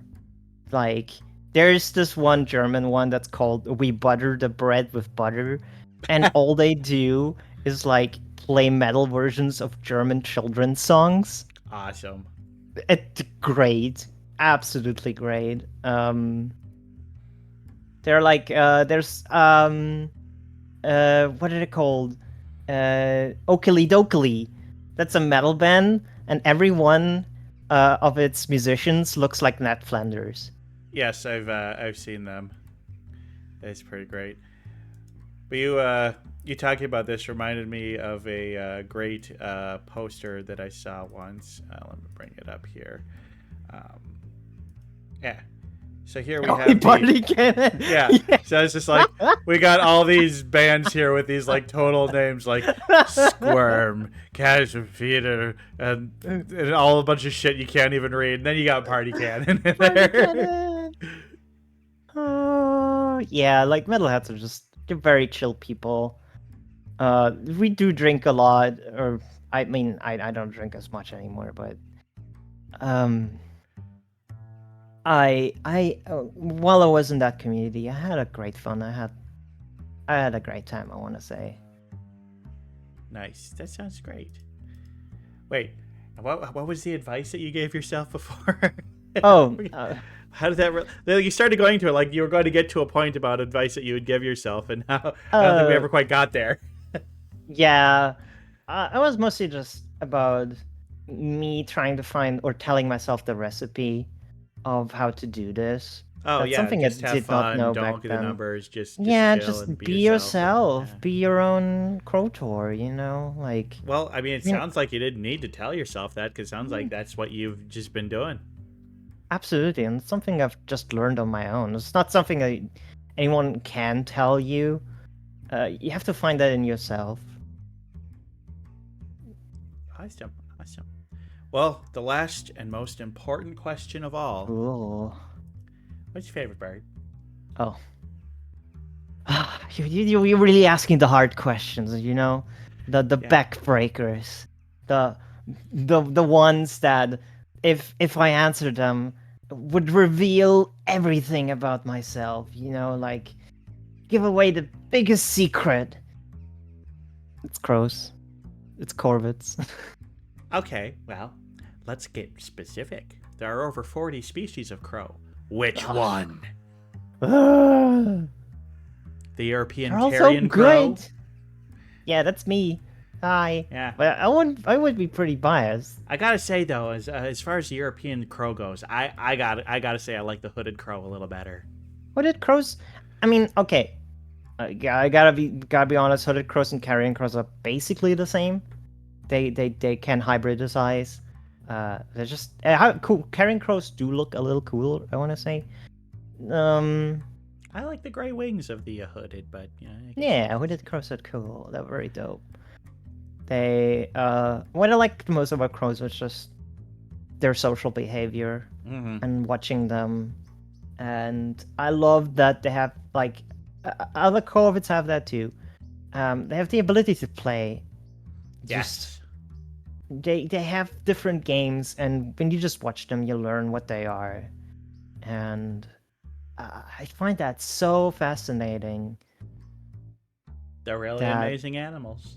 They are. yeah, like I said, but I do love all birds. Genuinely, birds are Mm-hmm. in general wonderful, wonderful animals, and Although it does seem like the ones that spend the most time around water tend to be the biggest troublemakers. Just saying. yeah, don't Gulls, trust the petrels, waterfalls. ibis. Falls. Yeah. Once almost got at least intimidated by a swan. Yeah. Like And even then, it's you like, do. but what about ducks? Ducks are so sweet and wonderful and cute. Yeah. Oh, Look into their I've, reproductive behaviors and tell me they're still cute. I've seen ducks do some heinous things. They've just heinous things. They're really cute, though. I gotta give them that. No, what I do love about birds is that they are such a varied um group of animals. Like they come in so many different forms and shapes and adaptations. You know, like way more than mammals, I want to say. Oh yeah, yeah. There's very few mammals that display the same level of social behavior and communication as crows do. You know, I suppose you got like most primates, elephants, uh, dolphins, but like, yeah, not all mammals. That's for dang sure.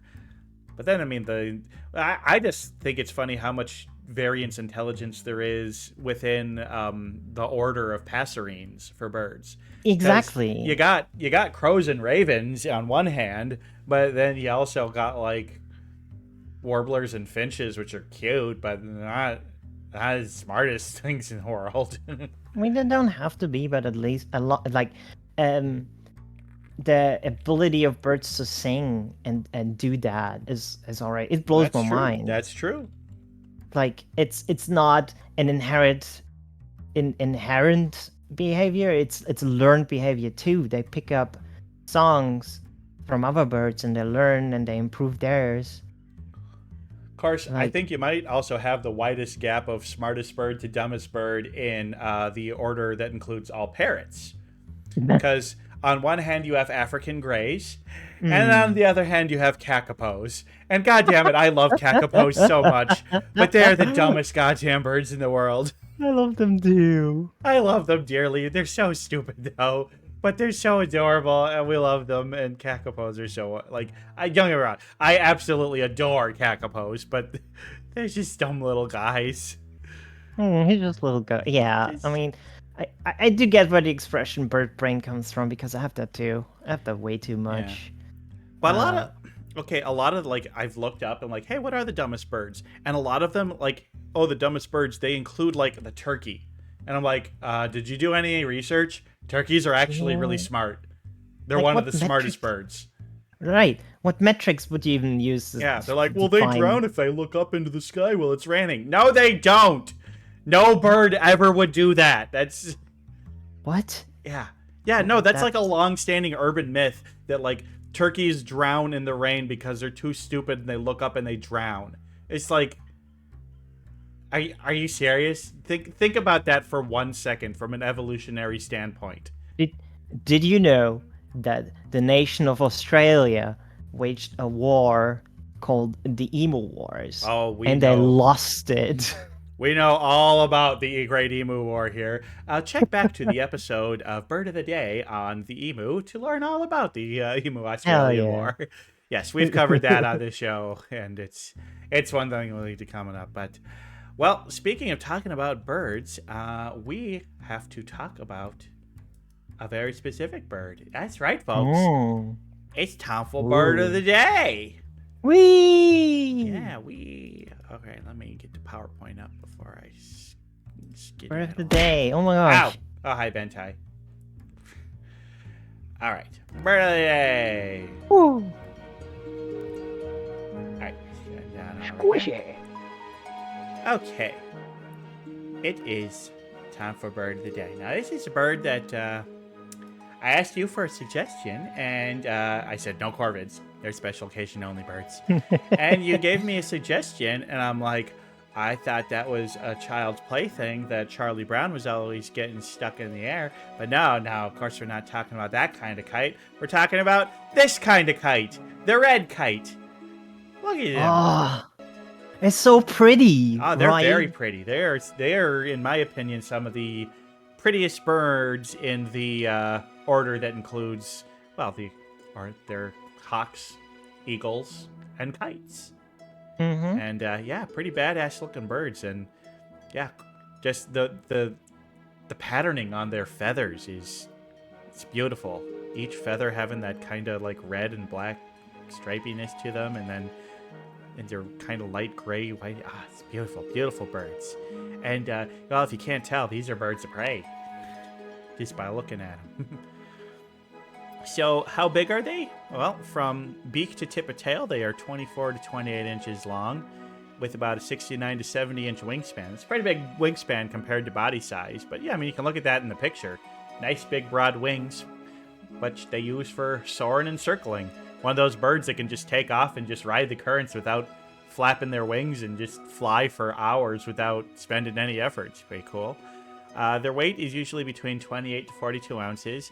And God, you know what? Probably half people watch right now are using metric. So sorry. Do the conversion, people. I don't know what your grams and centimeters are. I don't know what you're talking about. I'm thinking meters. I'm sorry. I mean, general rule of thumb is like inches to centimeters is about 2.5. So, you know, Yeah. you say something like what, let's just say 70 to 90 centimeters long. That's like 70 2.54? inches around. Yeah, I know it's not exactly 2.5, but it's a good general rule of thumb to make the math easier.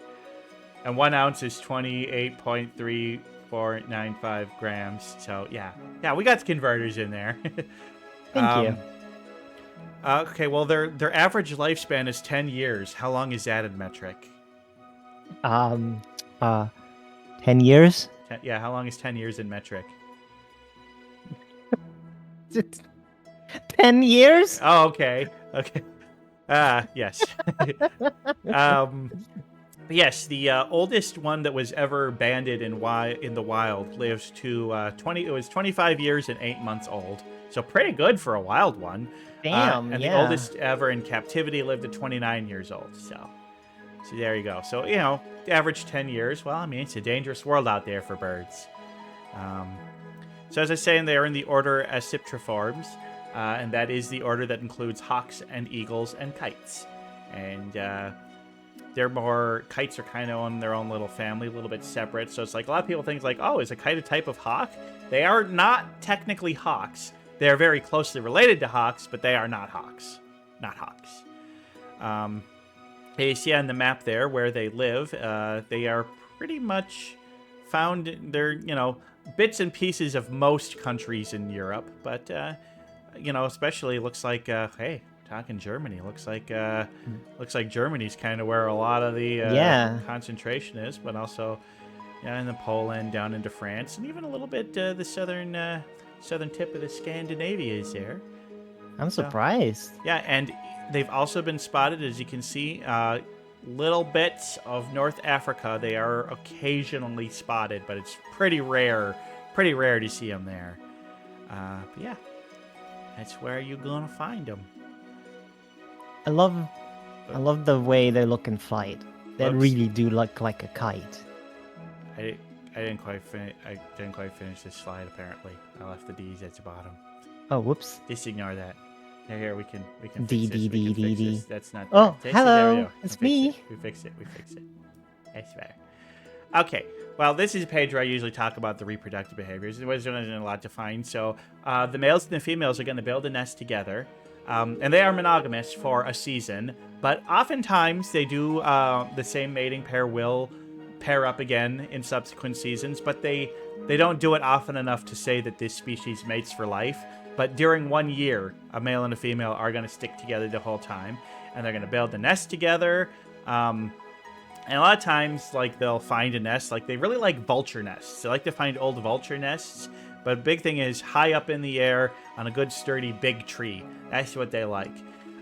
So they may build it. They may take over another nest. But regardless, they're going to be continuously adding to the nest. So even if they find a nest that's already built, they're gonna spruce up the place.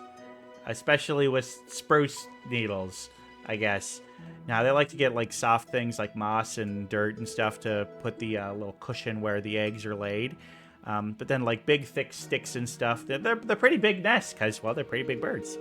And even after the eggs are laid, the male will usually continue to bring material to the nest just to help freshen the place up a little bit. Most of the time, during incubation, the female's going to be the one sitting on the eggs. And he'll often bring her food to eat, but every once in a while, she'll leave the nest to go do stuff, and the male will take over. So, female does most of it. The male will do it. Sometimes female gotta go hunt on her own. And in terms of clutches, they only do 1 per year, and you're going to be 1 to 3 eggs per clutch. So, they're one of those species that doesn't rely as heavily on make tons of babies and expect half of them to die. They're very protective parents, and the infant mortality rate is actually far lower than a lot of other smaller birds. So they're able to sustain a population with only 1 to 3 eggs per year. So they can do pretty good. Now look at that mama there with the little nestlings. Aren't they cute little fuzzballs? There's the cute little fuzzballs. Yeah.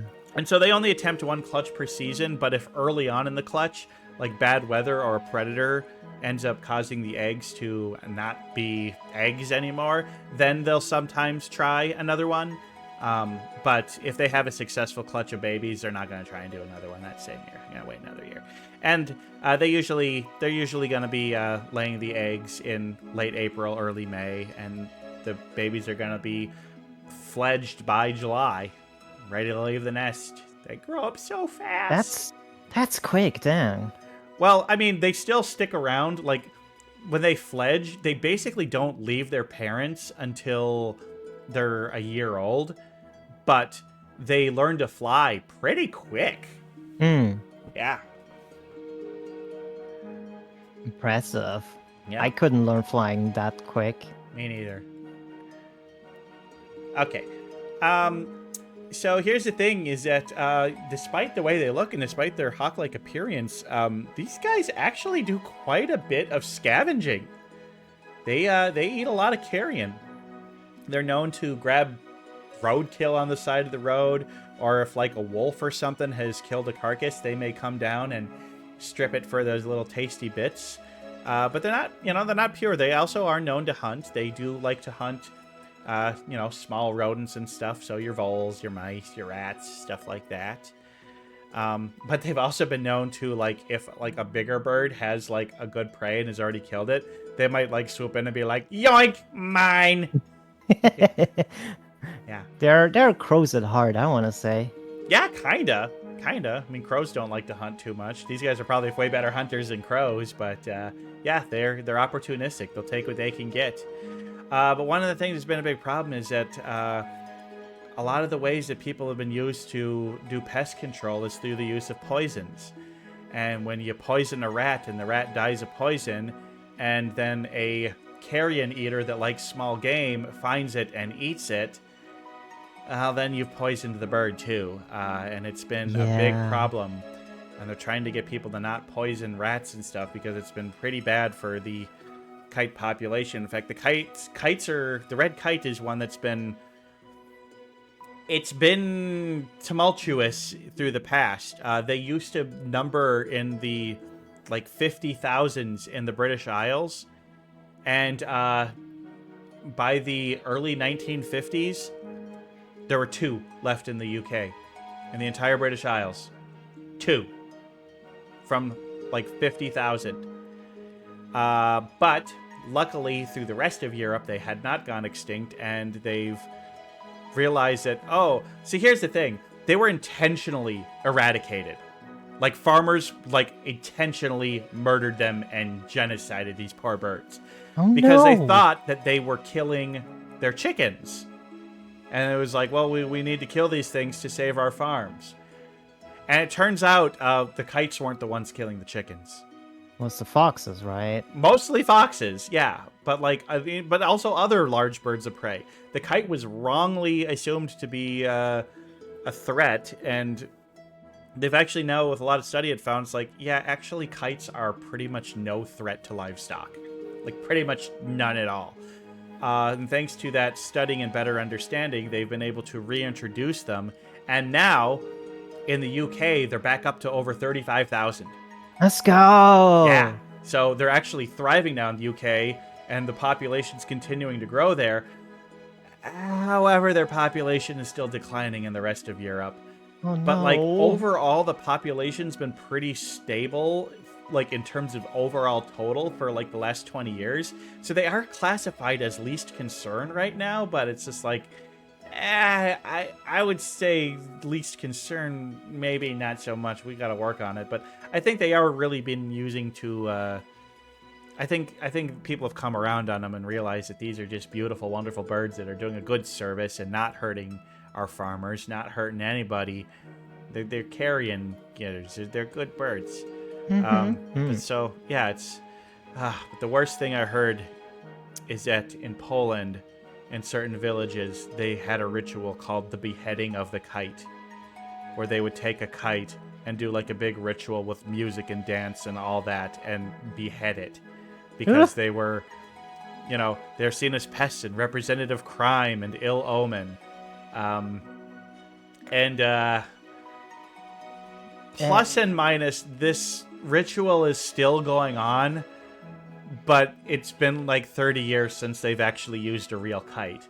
Now they just use like it's now done with like a like an effigy, like a stuffed animal type thing that's like stuffed and uses like feathers and stuff. So it's like, but even then it's just like, okay, I'm glad that you're no longer killing an actual kite, but I still don't like the implication of what you're doing. I still don't like the symbology of it. Do better, Poland. Come on.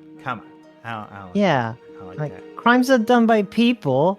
How are birds responsible for that? I know. It's so wrong. Oh, and one little thing, their tails. I should put this on the other page.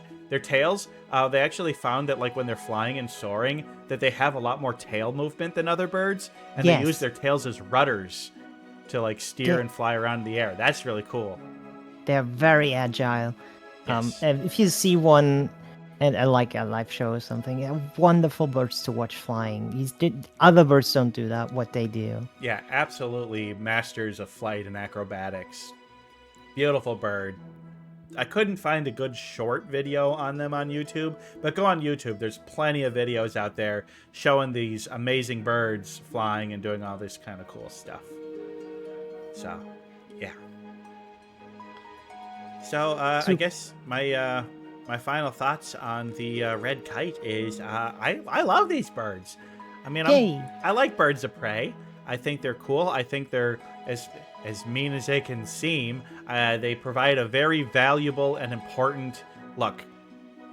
Do you like mice and rats? Then you should love. If the answer to that is no, then you should absolutely love birds of prey. And, you know, carrion eaters are super important for the environment and cleaning the... I have not said I love these birds on every bird. I would like to take you back to the episodes on the petrels and the seagulls and... But, I mean, yeah, most birds, I'm going to say I love these birds. I can understand the sentiment on seagulls. Birds. All birds. But no, I don't say I love... Yeah, insert most waterfowl here. Look, our kites, are they my favorite bird of prey? No, that goes to the osprey. But I think Those are very these cool guys too. I would rate these guys higher than pretty much any type of hawk or eagle. I like them that much. Yeah. Nice. Yeah. I got Maybe not all suggestion for vultures you. though. There's some vultures that I fucking love. Oh, vultures are super cool as well. Oh my gosh, fascinating. Bearded vultures are my favorite vulture. Oh yeah, that style queens of the bird world. They just look at them. Mm-hmm. Yeah. Red kite, great bird. Happy to have learned all about it, and I hope you are happy to learn about it too. So we're gonna call this bird of the day a done.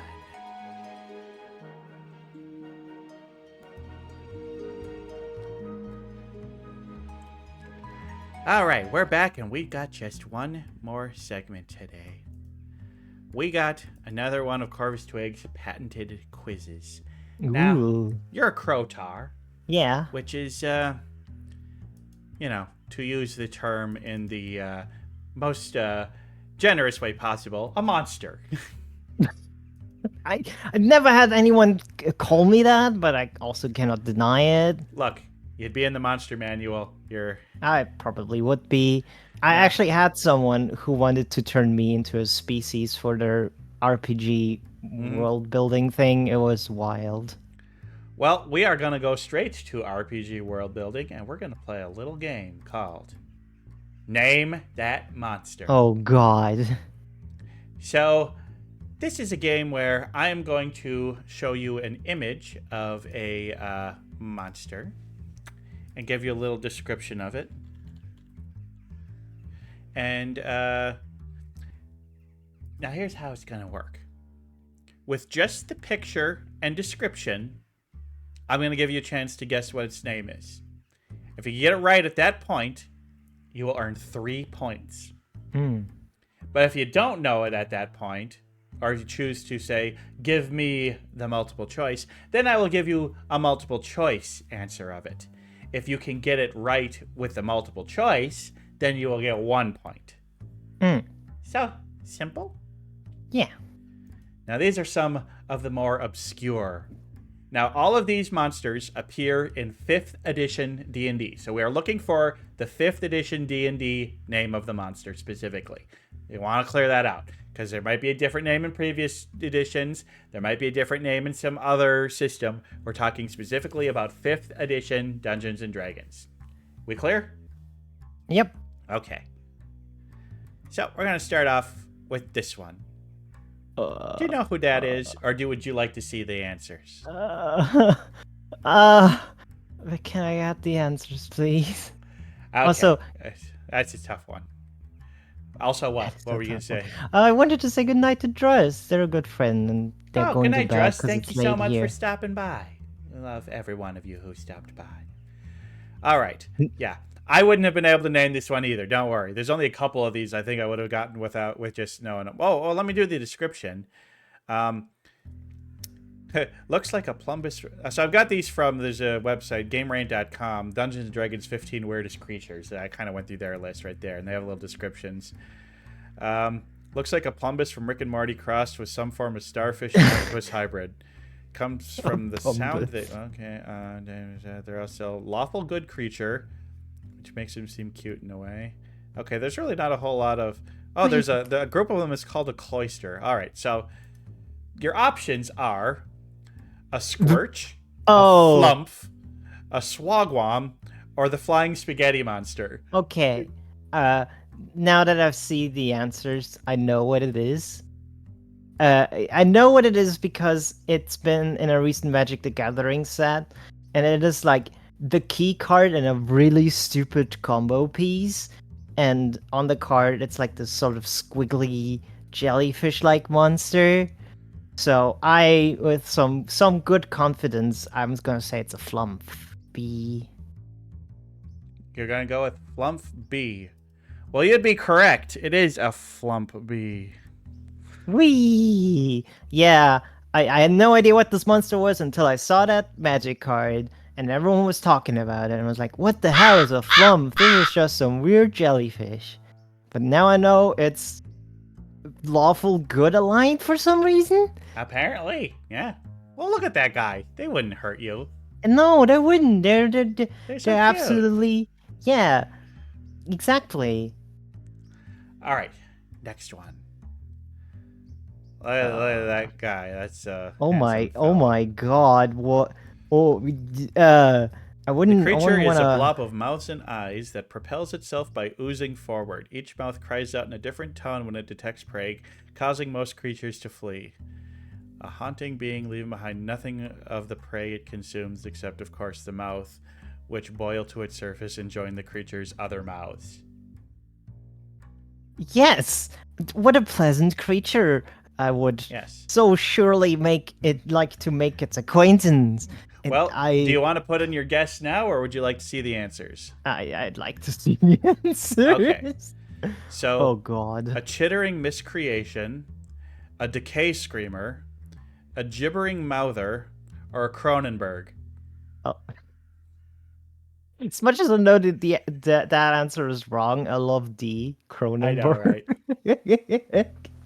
That's Spelled definitely a differently than Cronen. the director, of course, but you get the Yeah, idea. the legally distinct director of similar body horror movies that may not involve mouths of different sizes. Uh, look at this guy. Look at it. It's just It's not a mouths. pleasant creature. No, I would stay away from it very far. Yeah, the mouth within the mouth is the best one. It's just what's better than one mouth is just two. Mm-hmm. I guess Yeah. it always chooses its food, you know? Yeah, It always gets absolutely. its choosing. But what's it called? I wanna go with Bittering Miscreation. A chittering miscreation. Okay, we're locking this in. I'm sorry, it's the gibbering mouther. Ah! It's the gibbering mouther. It was too obvious. I should Yeah, have picked yeah. that one. Well, good to know that my fake answers are actually capable of. Although I'm gonna tell you, a lot of my fake answers are also other monsters from D&D or Pathfinder. So That's familiarity smart. of I've heard of that may not help you. All right, next one. Oh, look at this cute little guy. Cute little No. guy. He's let's see. So they spend their time buried in a mound of blood, guts, and entrails, waiting for absent-minded prey to walk by. Surprises a creature with its tentacles erupting from the meat mound to capture and kill whatever it manages to grab. Also has some telepathic abilities and capable of tricking creatures to coming into its lair. Oh. Do you So know what it's they some are kind called, of- or would you like to see the answers? Does remind me of a displacer beast in a way, with the tentacles being like that.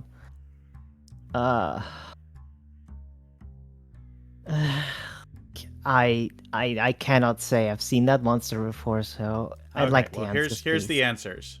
Oh, yeah, The those are very Conrasu? helpful. The Conrasu, the Pterotrichus, the Guthaloth, or the Odiga. I commend you on pronouncing all of these names, even like. This one has reach. Bionic name. Yeah. Oh my god. Uh yeah, it could be any one of these. Um I thought it was just gonna be called Antlion Displacer Beast or something like that. Um, Hmm. you know, Well, you can I'm always gonna. just throw out a guess. Yeah, I think I'm gonna go with B because the name implies terror and try, Pterotrachus. and because it has like 3 legs. Millie Mizuame's fourth form. That's mean, cannon fodder. But you're also probably right. You gotta know Millie to understand this. But Oh, the answer is actually the Odiga. yes, of Odiga. course it's the Of Odiga. course it's the Odiga. How would I forget? How could you forget? It's a harder quiz than you think, but I bet you'll get some. All right. Next one. Oh, Oh, sorry, I just turned my webcam on. Let me turn that on. Okay. No. Is essentially a shapeless pile of flesh created when a mortal soul is sent to the 9 hells for all eternity. While the creature looks vaguely human, it's mostly due to the rough shape of a torso and agonizing facial expression that it's always doomed to wear. Doesn't help, it's also one of the weakest creatures out there too, making it seem pitiful above all else. yeah, and here we learn why you don't want to be sent down to the 9 hells, so be a good person. Yep. So do you know Just what be these a are good called, person. or would you like to see the answers? Give me the answers, I think. All right. Uh, So is this oh, a golama, a lemur, a demilich, or a shuln? this is not a demilich. I know that. Yeah. Okay. Well, we can eliminate C. I know a lemure is some kind of demon. Um, not to be confused with lemur, like the animal. That Yeah. They don't that have an E at the end.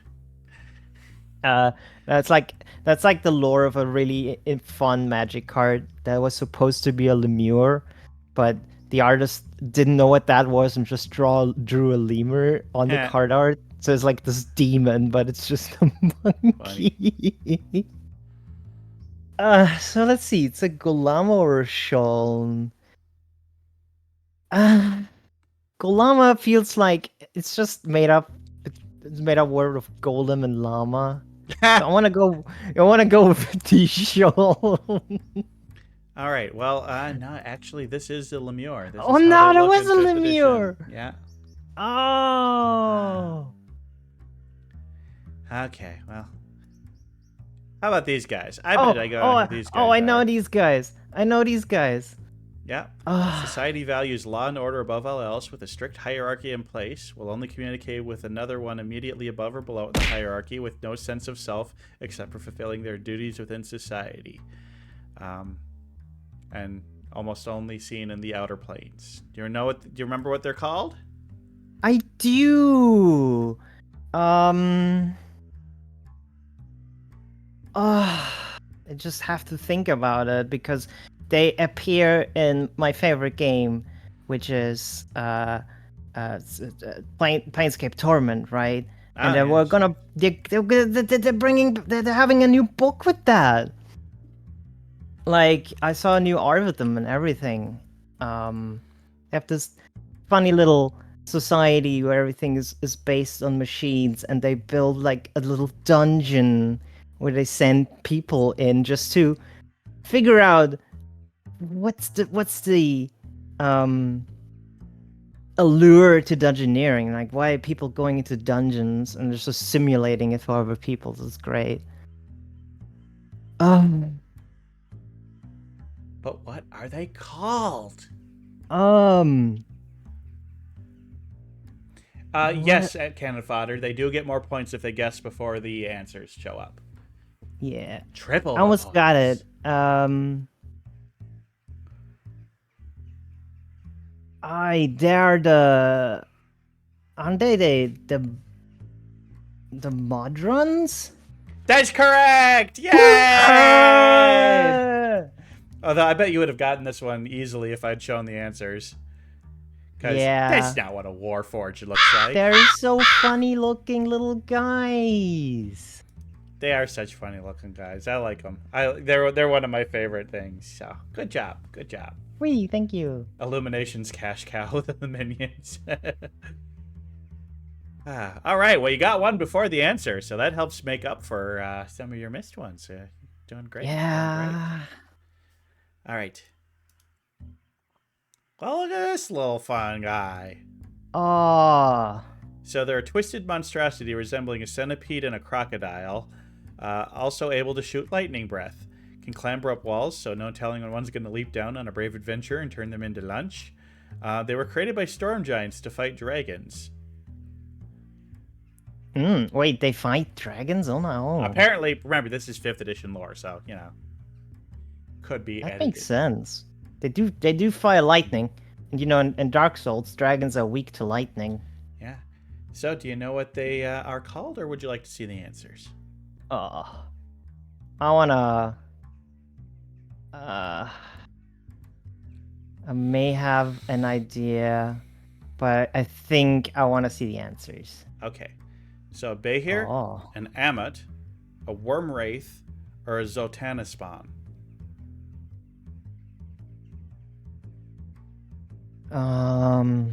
Well, Worm Wraith would make it quite literal. That's what the Worm Wraith is, I'd say. Well, although not a wraith is something. A wraith is a ghost, actually. I was thinking of wyvern. I want to go with Ammit. Ammit. Okay, locking that in. Sorry, these are actually Behirs. Oh. A Oh Behir. no. A Or Behir. Be here. Alright. Well, let's look at our next one. Ugh. Ew. Ooh. Gross.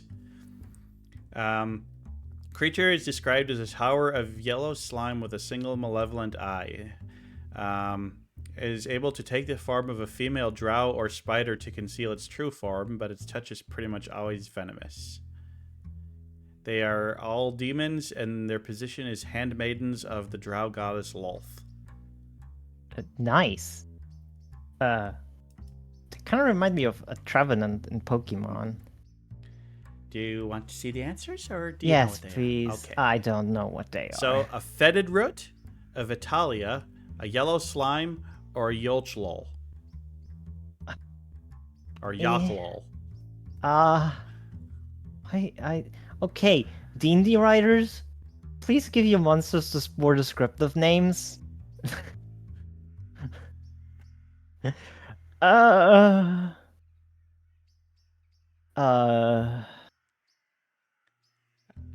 You should lick one of these.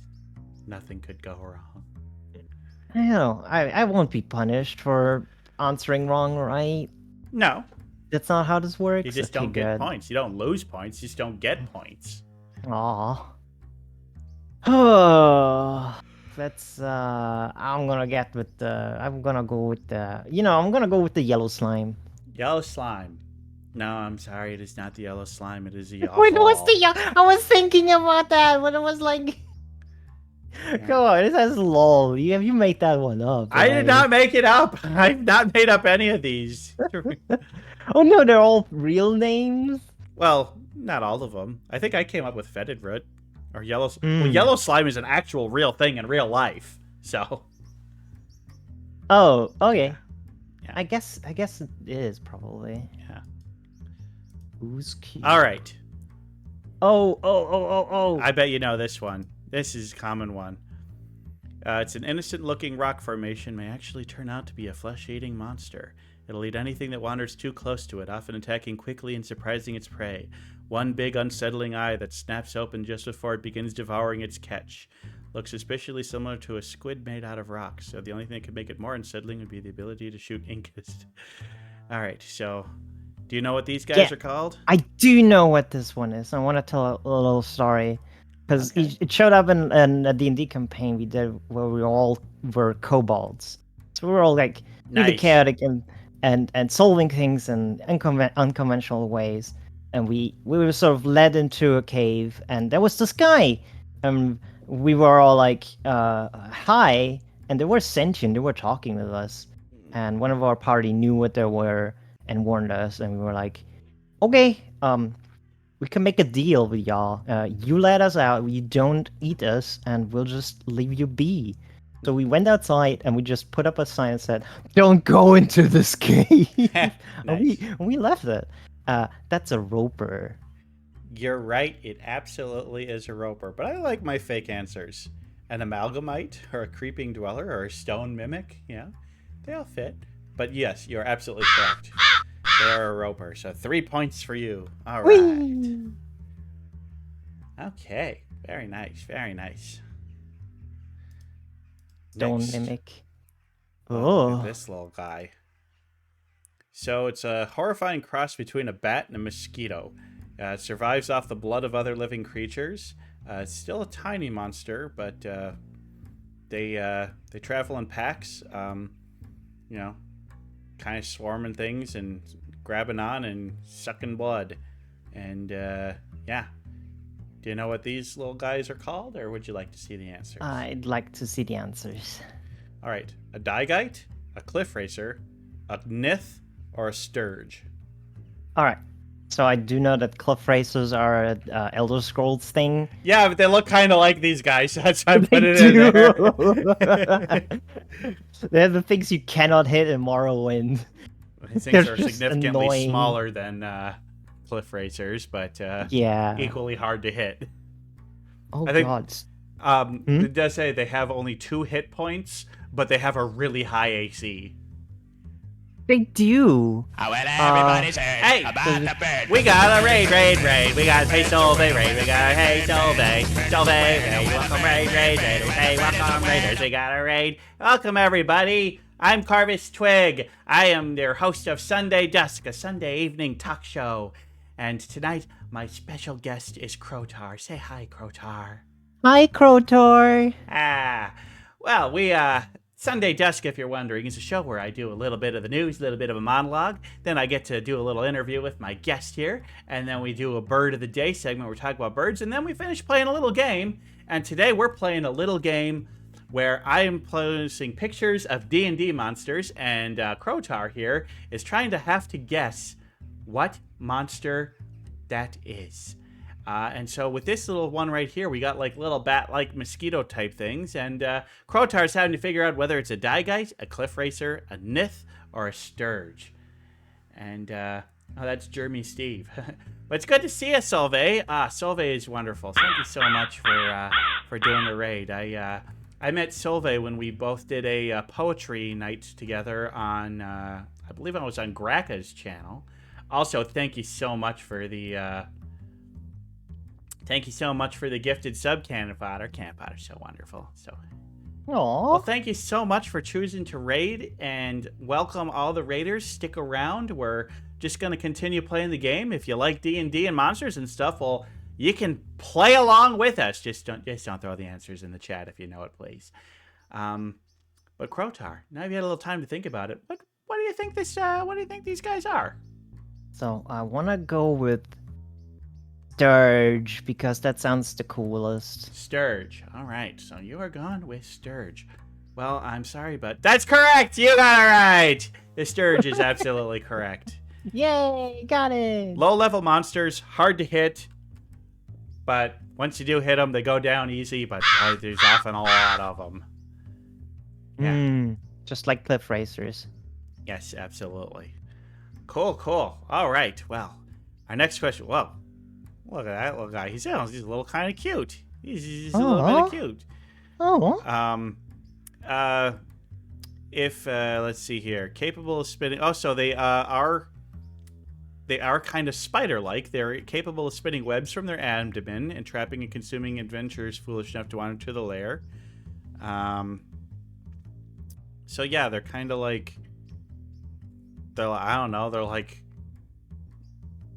ogre spiders. I don't know, something like that. Ogre. Based off the descriptions. But do you know what they are based just off looks, or would you like to see the answers? I think I'd like to see the answers. All right. Is this an Oh, boy. Ettercap, an Aeolaz, an Amalgamite, or a Norn? Oh, Oh God. Well, amalgamite sounds like a rock. I don't think to have anything to do with rocks, so Oh, it's a I'm gonna eliminate that one. Solvay and Canifod think it's Grimace. The grimace. It's not, Oh it's no! not Grimace. It's not It's the Grimace. grimace's final form. The one that waits for Only you in your dangerous if you have the nightmares. purple shake. Well, lucky me, they never released that stuff over here, so I was safe. All right, so you don't think it's an amalgam? No, I don't think it's Ettercap, because that sounds like a mushroom. So I'm torn between Iolas or Norn. I wanna go with Norn. Somehow that seems familiar. Okay, well, they are not mushrooms, but they are ettercaps. Really? Who would call them that? They don't look like Ettercaps to me. Look, I don't name the monsters. I'm just don't kill the messenger. But yeah, I agree. Ettercap should be a mushroom creature. But nope. Norn or furry? I think they are. I think there is a Pathfinder. Norn are monster called furry? Norn. Yeah, like that's why it might sound familiar to me. Yeah. At least I'm learning something. I'm learning about all these weird that's monsters. the thing with my so- quizzes. You may not get everything right, but you'll at least learn something and have fun doing it. Yeah. Yeah. All right. Oh boy. That's big fish type Oh thing. boy. Yeah. So, an octopus made of pure hatred. They're a sort of telepathic fish capable of dominating lesser creatures, at one point even holding an entire empire before the gods destroyed it and freed their slaves. They're ancient creatures existing in the primordial oceans of the mythos, and still inhabiting some of the ruined cities from the peak of their empire, now lost to the depths of the sea. I like that the sentence begins with an octopus made out of pure hatred. Yes. Now, do you know what these are called, or would you like to see the answers? I'd like to see the answers, please. Well, Solvay seems to think Lewis might be the name of this individual one, but is Lewis an Aboleth, a Kurashith, a Konrasu, or a Skiadwinar? All of these sound like they would give you absurd amount of points in Scrabble. Like monster Scrabble. I'm pretty sure, Kurashith would definitely be a great word to play in Scrabble. I got that Q in there. Yeah. Me sitting in Scrabble and taking out the D&D monster menu. See, but the thing is it's too many letters long. So maybe if somebody had put the word rash on the board, you could just put the QA and the ITH around it. Oh my gosh. Or maybe instead of rash, well, there is another 4-letter word in there, but this is... Yeah, no. I don't know. I don't want to. I have no idea. I'm gonna go with Aboleth because that sounds. At least I can pronounce that one. Well, that's good because that's the correct answer. Woo!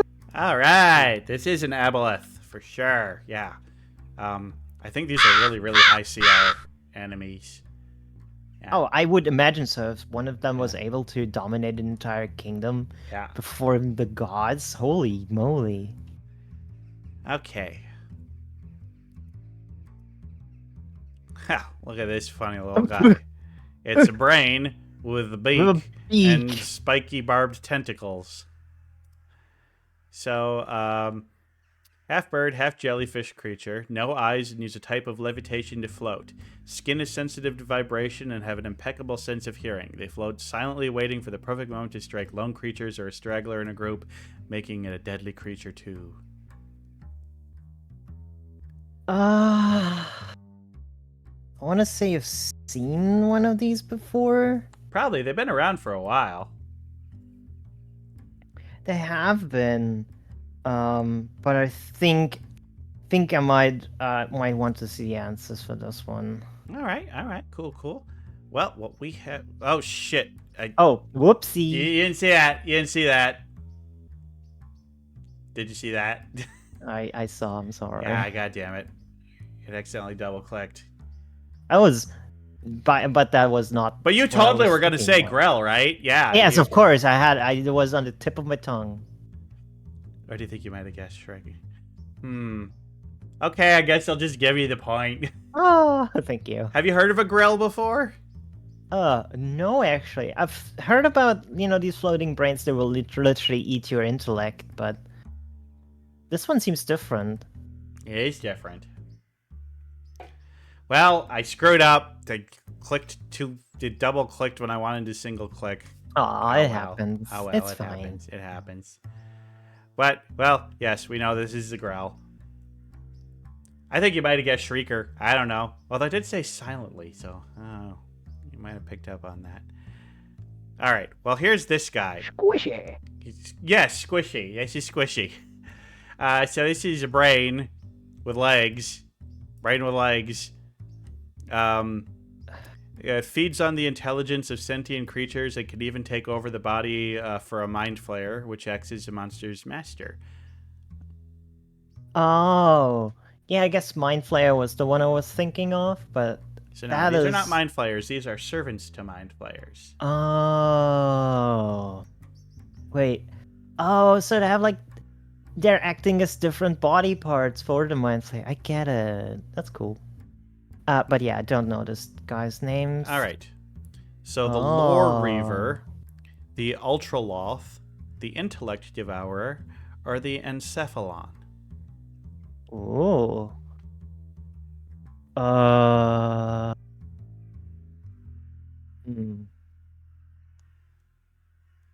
Intellect Devourer is what they sort of do. I'm not sure if that's what they're also called. I want to go. I want to go with B because that sounds the craziest. The Ultraloth. The Ultraloth. Okay. Well, you should have gone with your initial thought. You even mentioned them earlier. These are Intellect Devourers. Oh, that's for the Intellect Devourers. You no. had it. I thought for got... sure you were going to get this one when you mentioned them last time. Dude, look, I'm a bird brain. I was just like, ooh, shiny new name is better than the other one. I will pick this one. All right. Well, we're on our final one. Let's see what we got here. Oh, mosquito guy. So, so it's basically a cross between a demon and a fly. Can walk around and land on ceilings and climb walls, and often uses interrogators by powerful demons. Long pointed nose that he uses as a weapon. They are from the Abyss, if that helps. Yeah, that makes sense. They would be from the Abyss, but I don't know what they're called. Well, are they a Hezru, a dire hornet, a chasme, or a grick? Yeah. Yes. I nod as I look like I understand any of these names. I think if there's a bustle in your Hezro, don't be alarmed now. I'm sorry. You're good. I think I want to go with B because maybe I should go with the literal names. A dire hornet. Okay. I'm sorry, that's not correct. Hornets have stingers on their asses, not on their face. This is a chasme or a chasme. Of course. A chasme. How would would I not see a chasme when it was right in front of me? Well, you did your best. This is a surprisingly difficult quiz. I don't think I would have done much better. But your final score out of 14 monsters, you got a score of 10. Which is pretty good. Not bad. Those 2 3s helped you out a lot. They did. Yeah. 10 out of 14, not too bad. That's this is done. I think you did pretty good. This is a difficult quiz because these things have weird, nonsensical names. And if you don't know it, if you're just best guessing. But hey, I'm feeling proud of myself for coming up with good enough fake names. Those were amazing. Oh my gosh, they had me on my ropes. All right, that was a fun quiz. Well, let's give Crow Taur a hand for doing a great job. All right. Hey, thank you. Well, with the end of the game, I'm afraid we're coming to the end of the stream. It's been an amazing stream, Crow Taur. You've been an absolutely amazing guest. This has been so much fun. I hope you've had fun. And Of course. Oh my gosh. Thank you so much for having me and giving me this opportunity. It was lovely. You've been a lovely host. Yeah. And I'm always looking for more guests to have on, Solveig. Looking at you, Solveig. Contact me after stream. Always looking for more guests to have on to Sunday Dusk. Like I said, there will be no Sunday Dusk next week because I will be out of town. But look for me in 2 weeks. In 2 weeks, we're going to have somebody that, we've should have had them on a long time ago. We're having the Kai Raven himself, Dreyfrig, will be our next guest on October 1st. So mark your calendars. And you might just see me around. But go check out Dre this upcoming Saturday. He's having his 2-year anniversary stream. So go check out Dreyfrig for that. Other than that, is there anything you would like to promote or plug before we get you out of here? Just go follow my art and my tarot deck. It'll be done soon, and it'll be on sale next year at some point. Mm-hmm. I still have the... Yeah, I do still have... I'm going to throw that... Now that we've got a lot more people in the chat, I'm going to throw that link out again. So click that link and check out Crow Taur's amazing art. And we got Giant Rodney. And all right. So yeah, we're going to find somebody to raid on out to. I wonder who we have today that's still streaming. Let's see here. Who's still streaming that we haven't raided in a while? Oh, this is somebody that Kyoko told me to follow. Their name, I don't really know them yet, but their name is Byleth. They're playing a little Hollow Cure, so we're gonna go raid this new friend. So, everybody, thank you so much for coming. Thank you so much for walking. Thank you, Crow Taur, for coming on. And everybody, have a wonderful week and a wonderful, rest of your evening. Whatever you're doing. Hope it's good for you. We will see you all later. Bye-bye. Good night.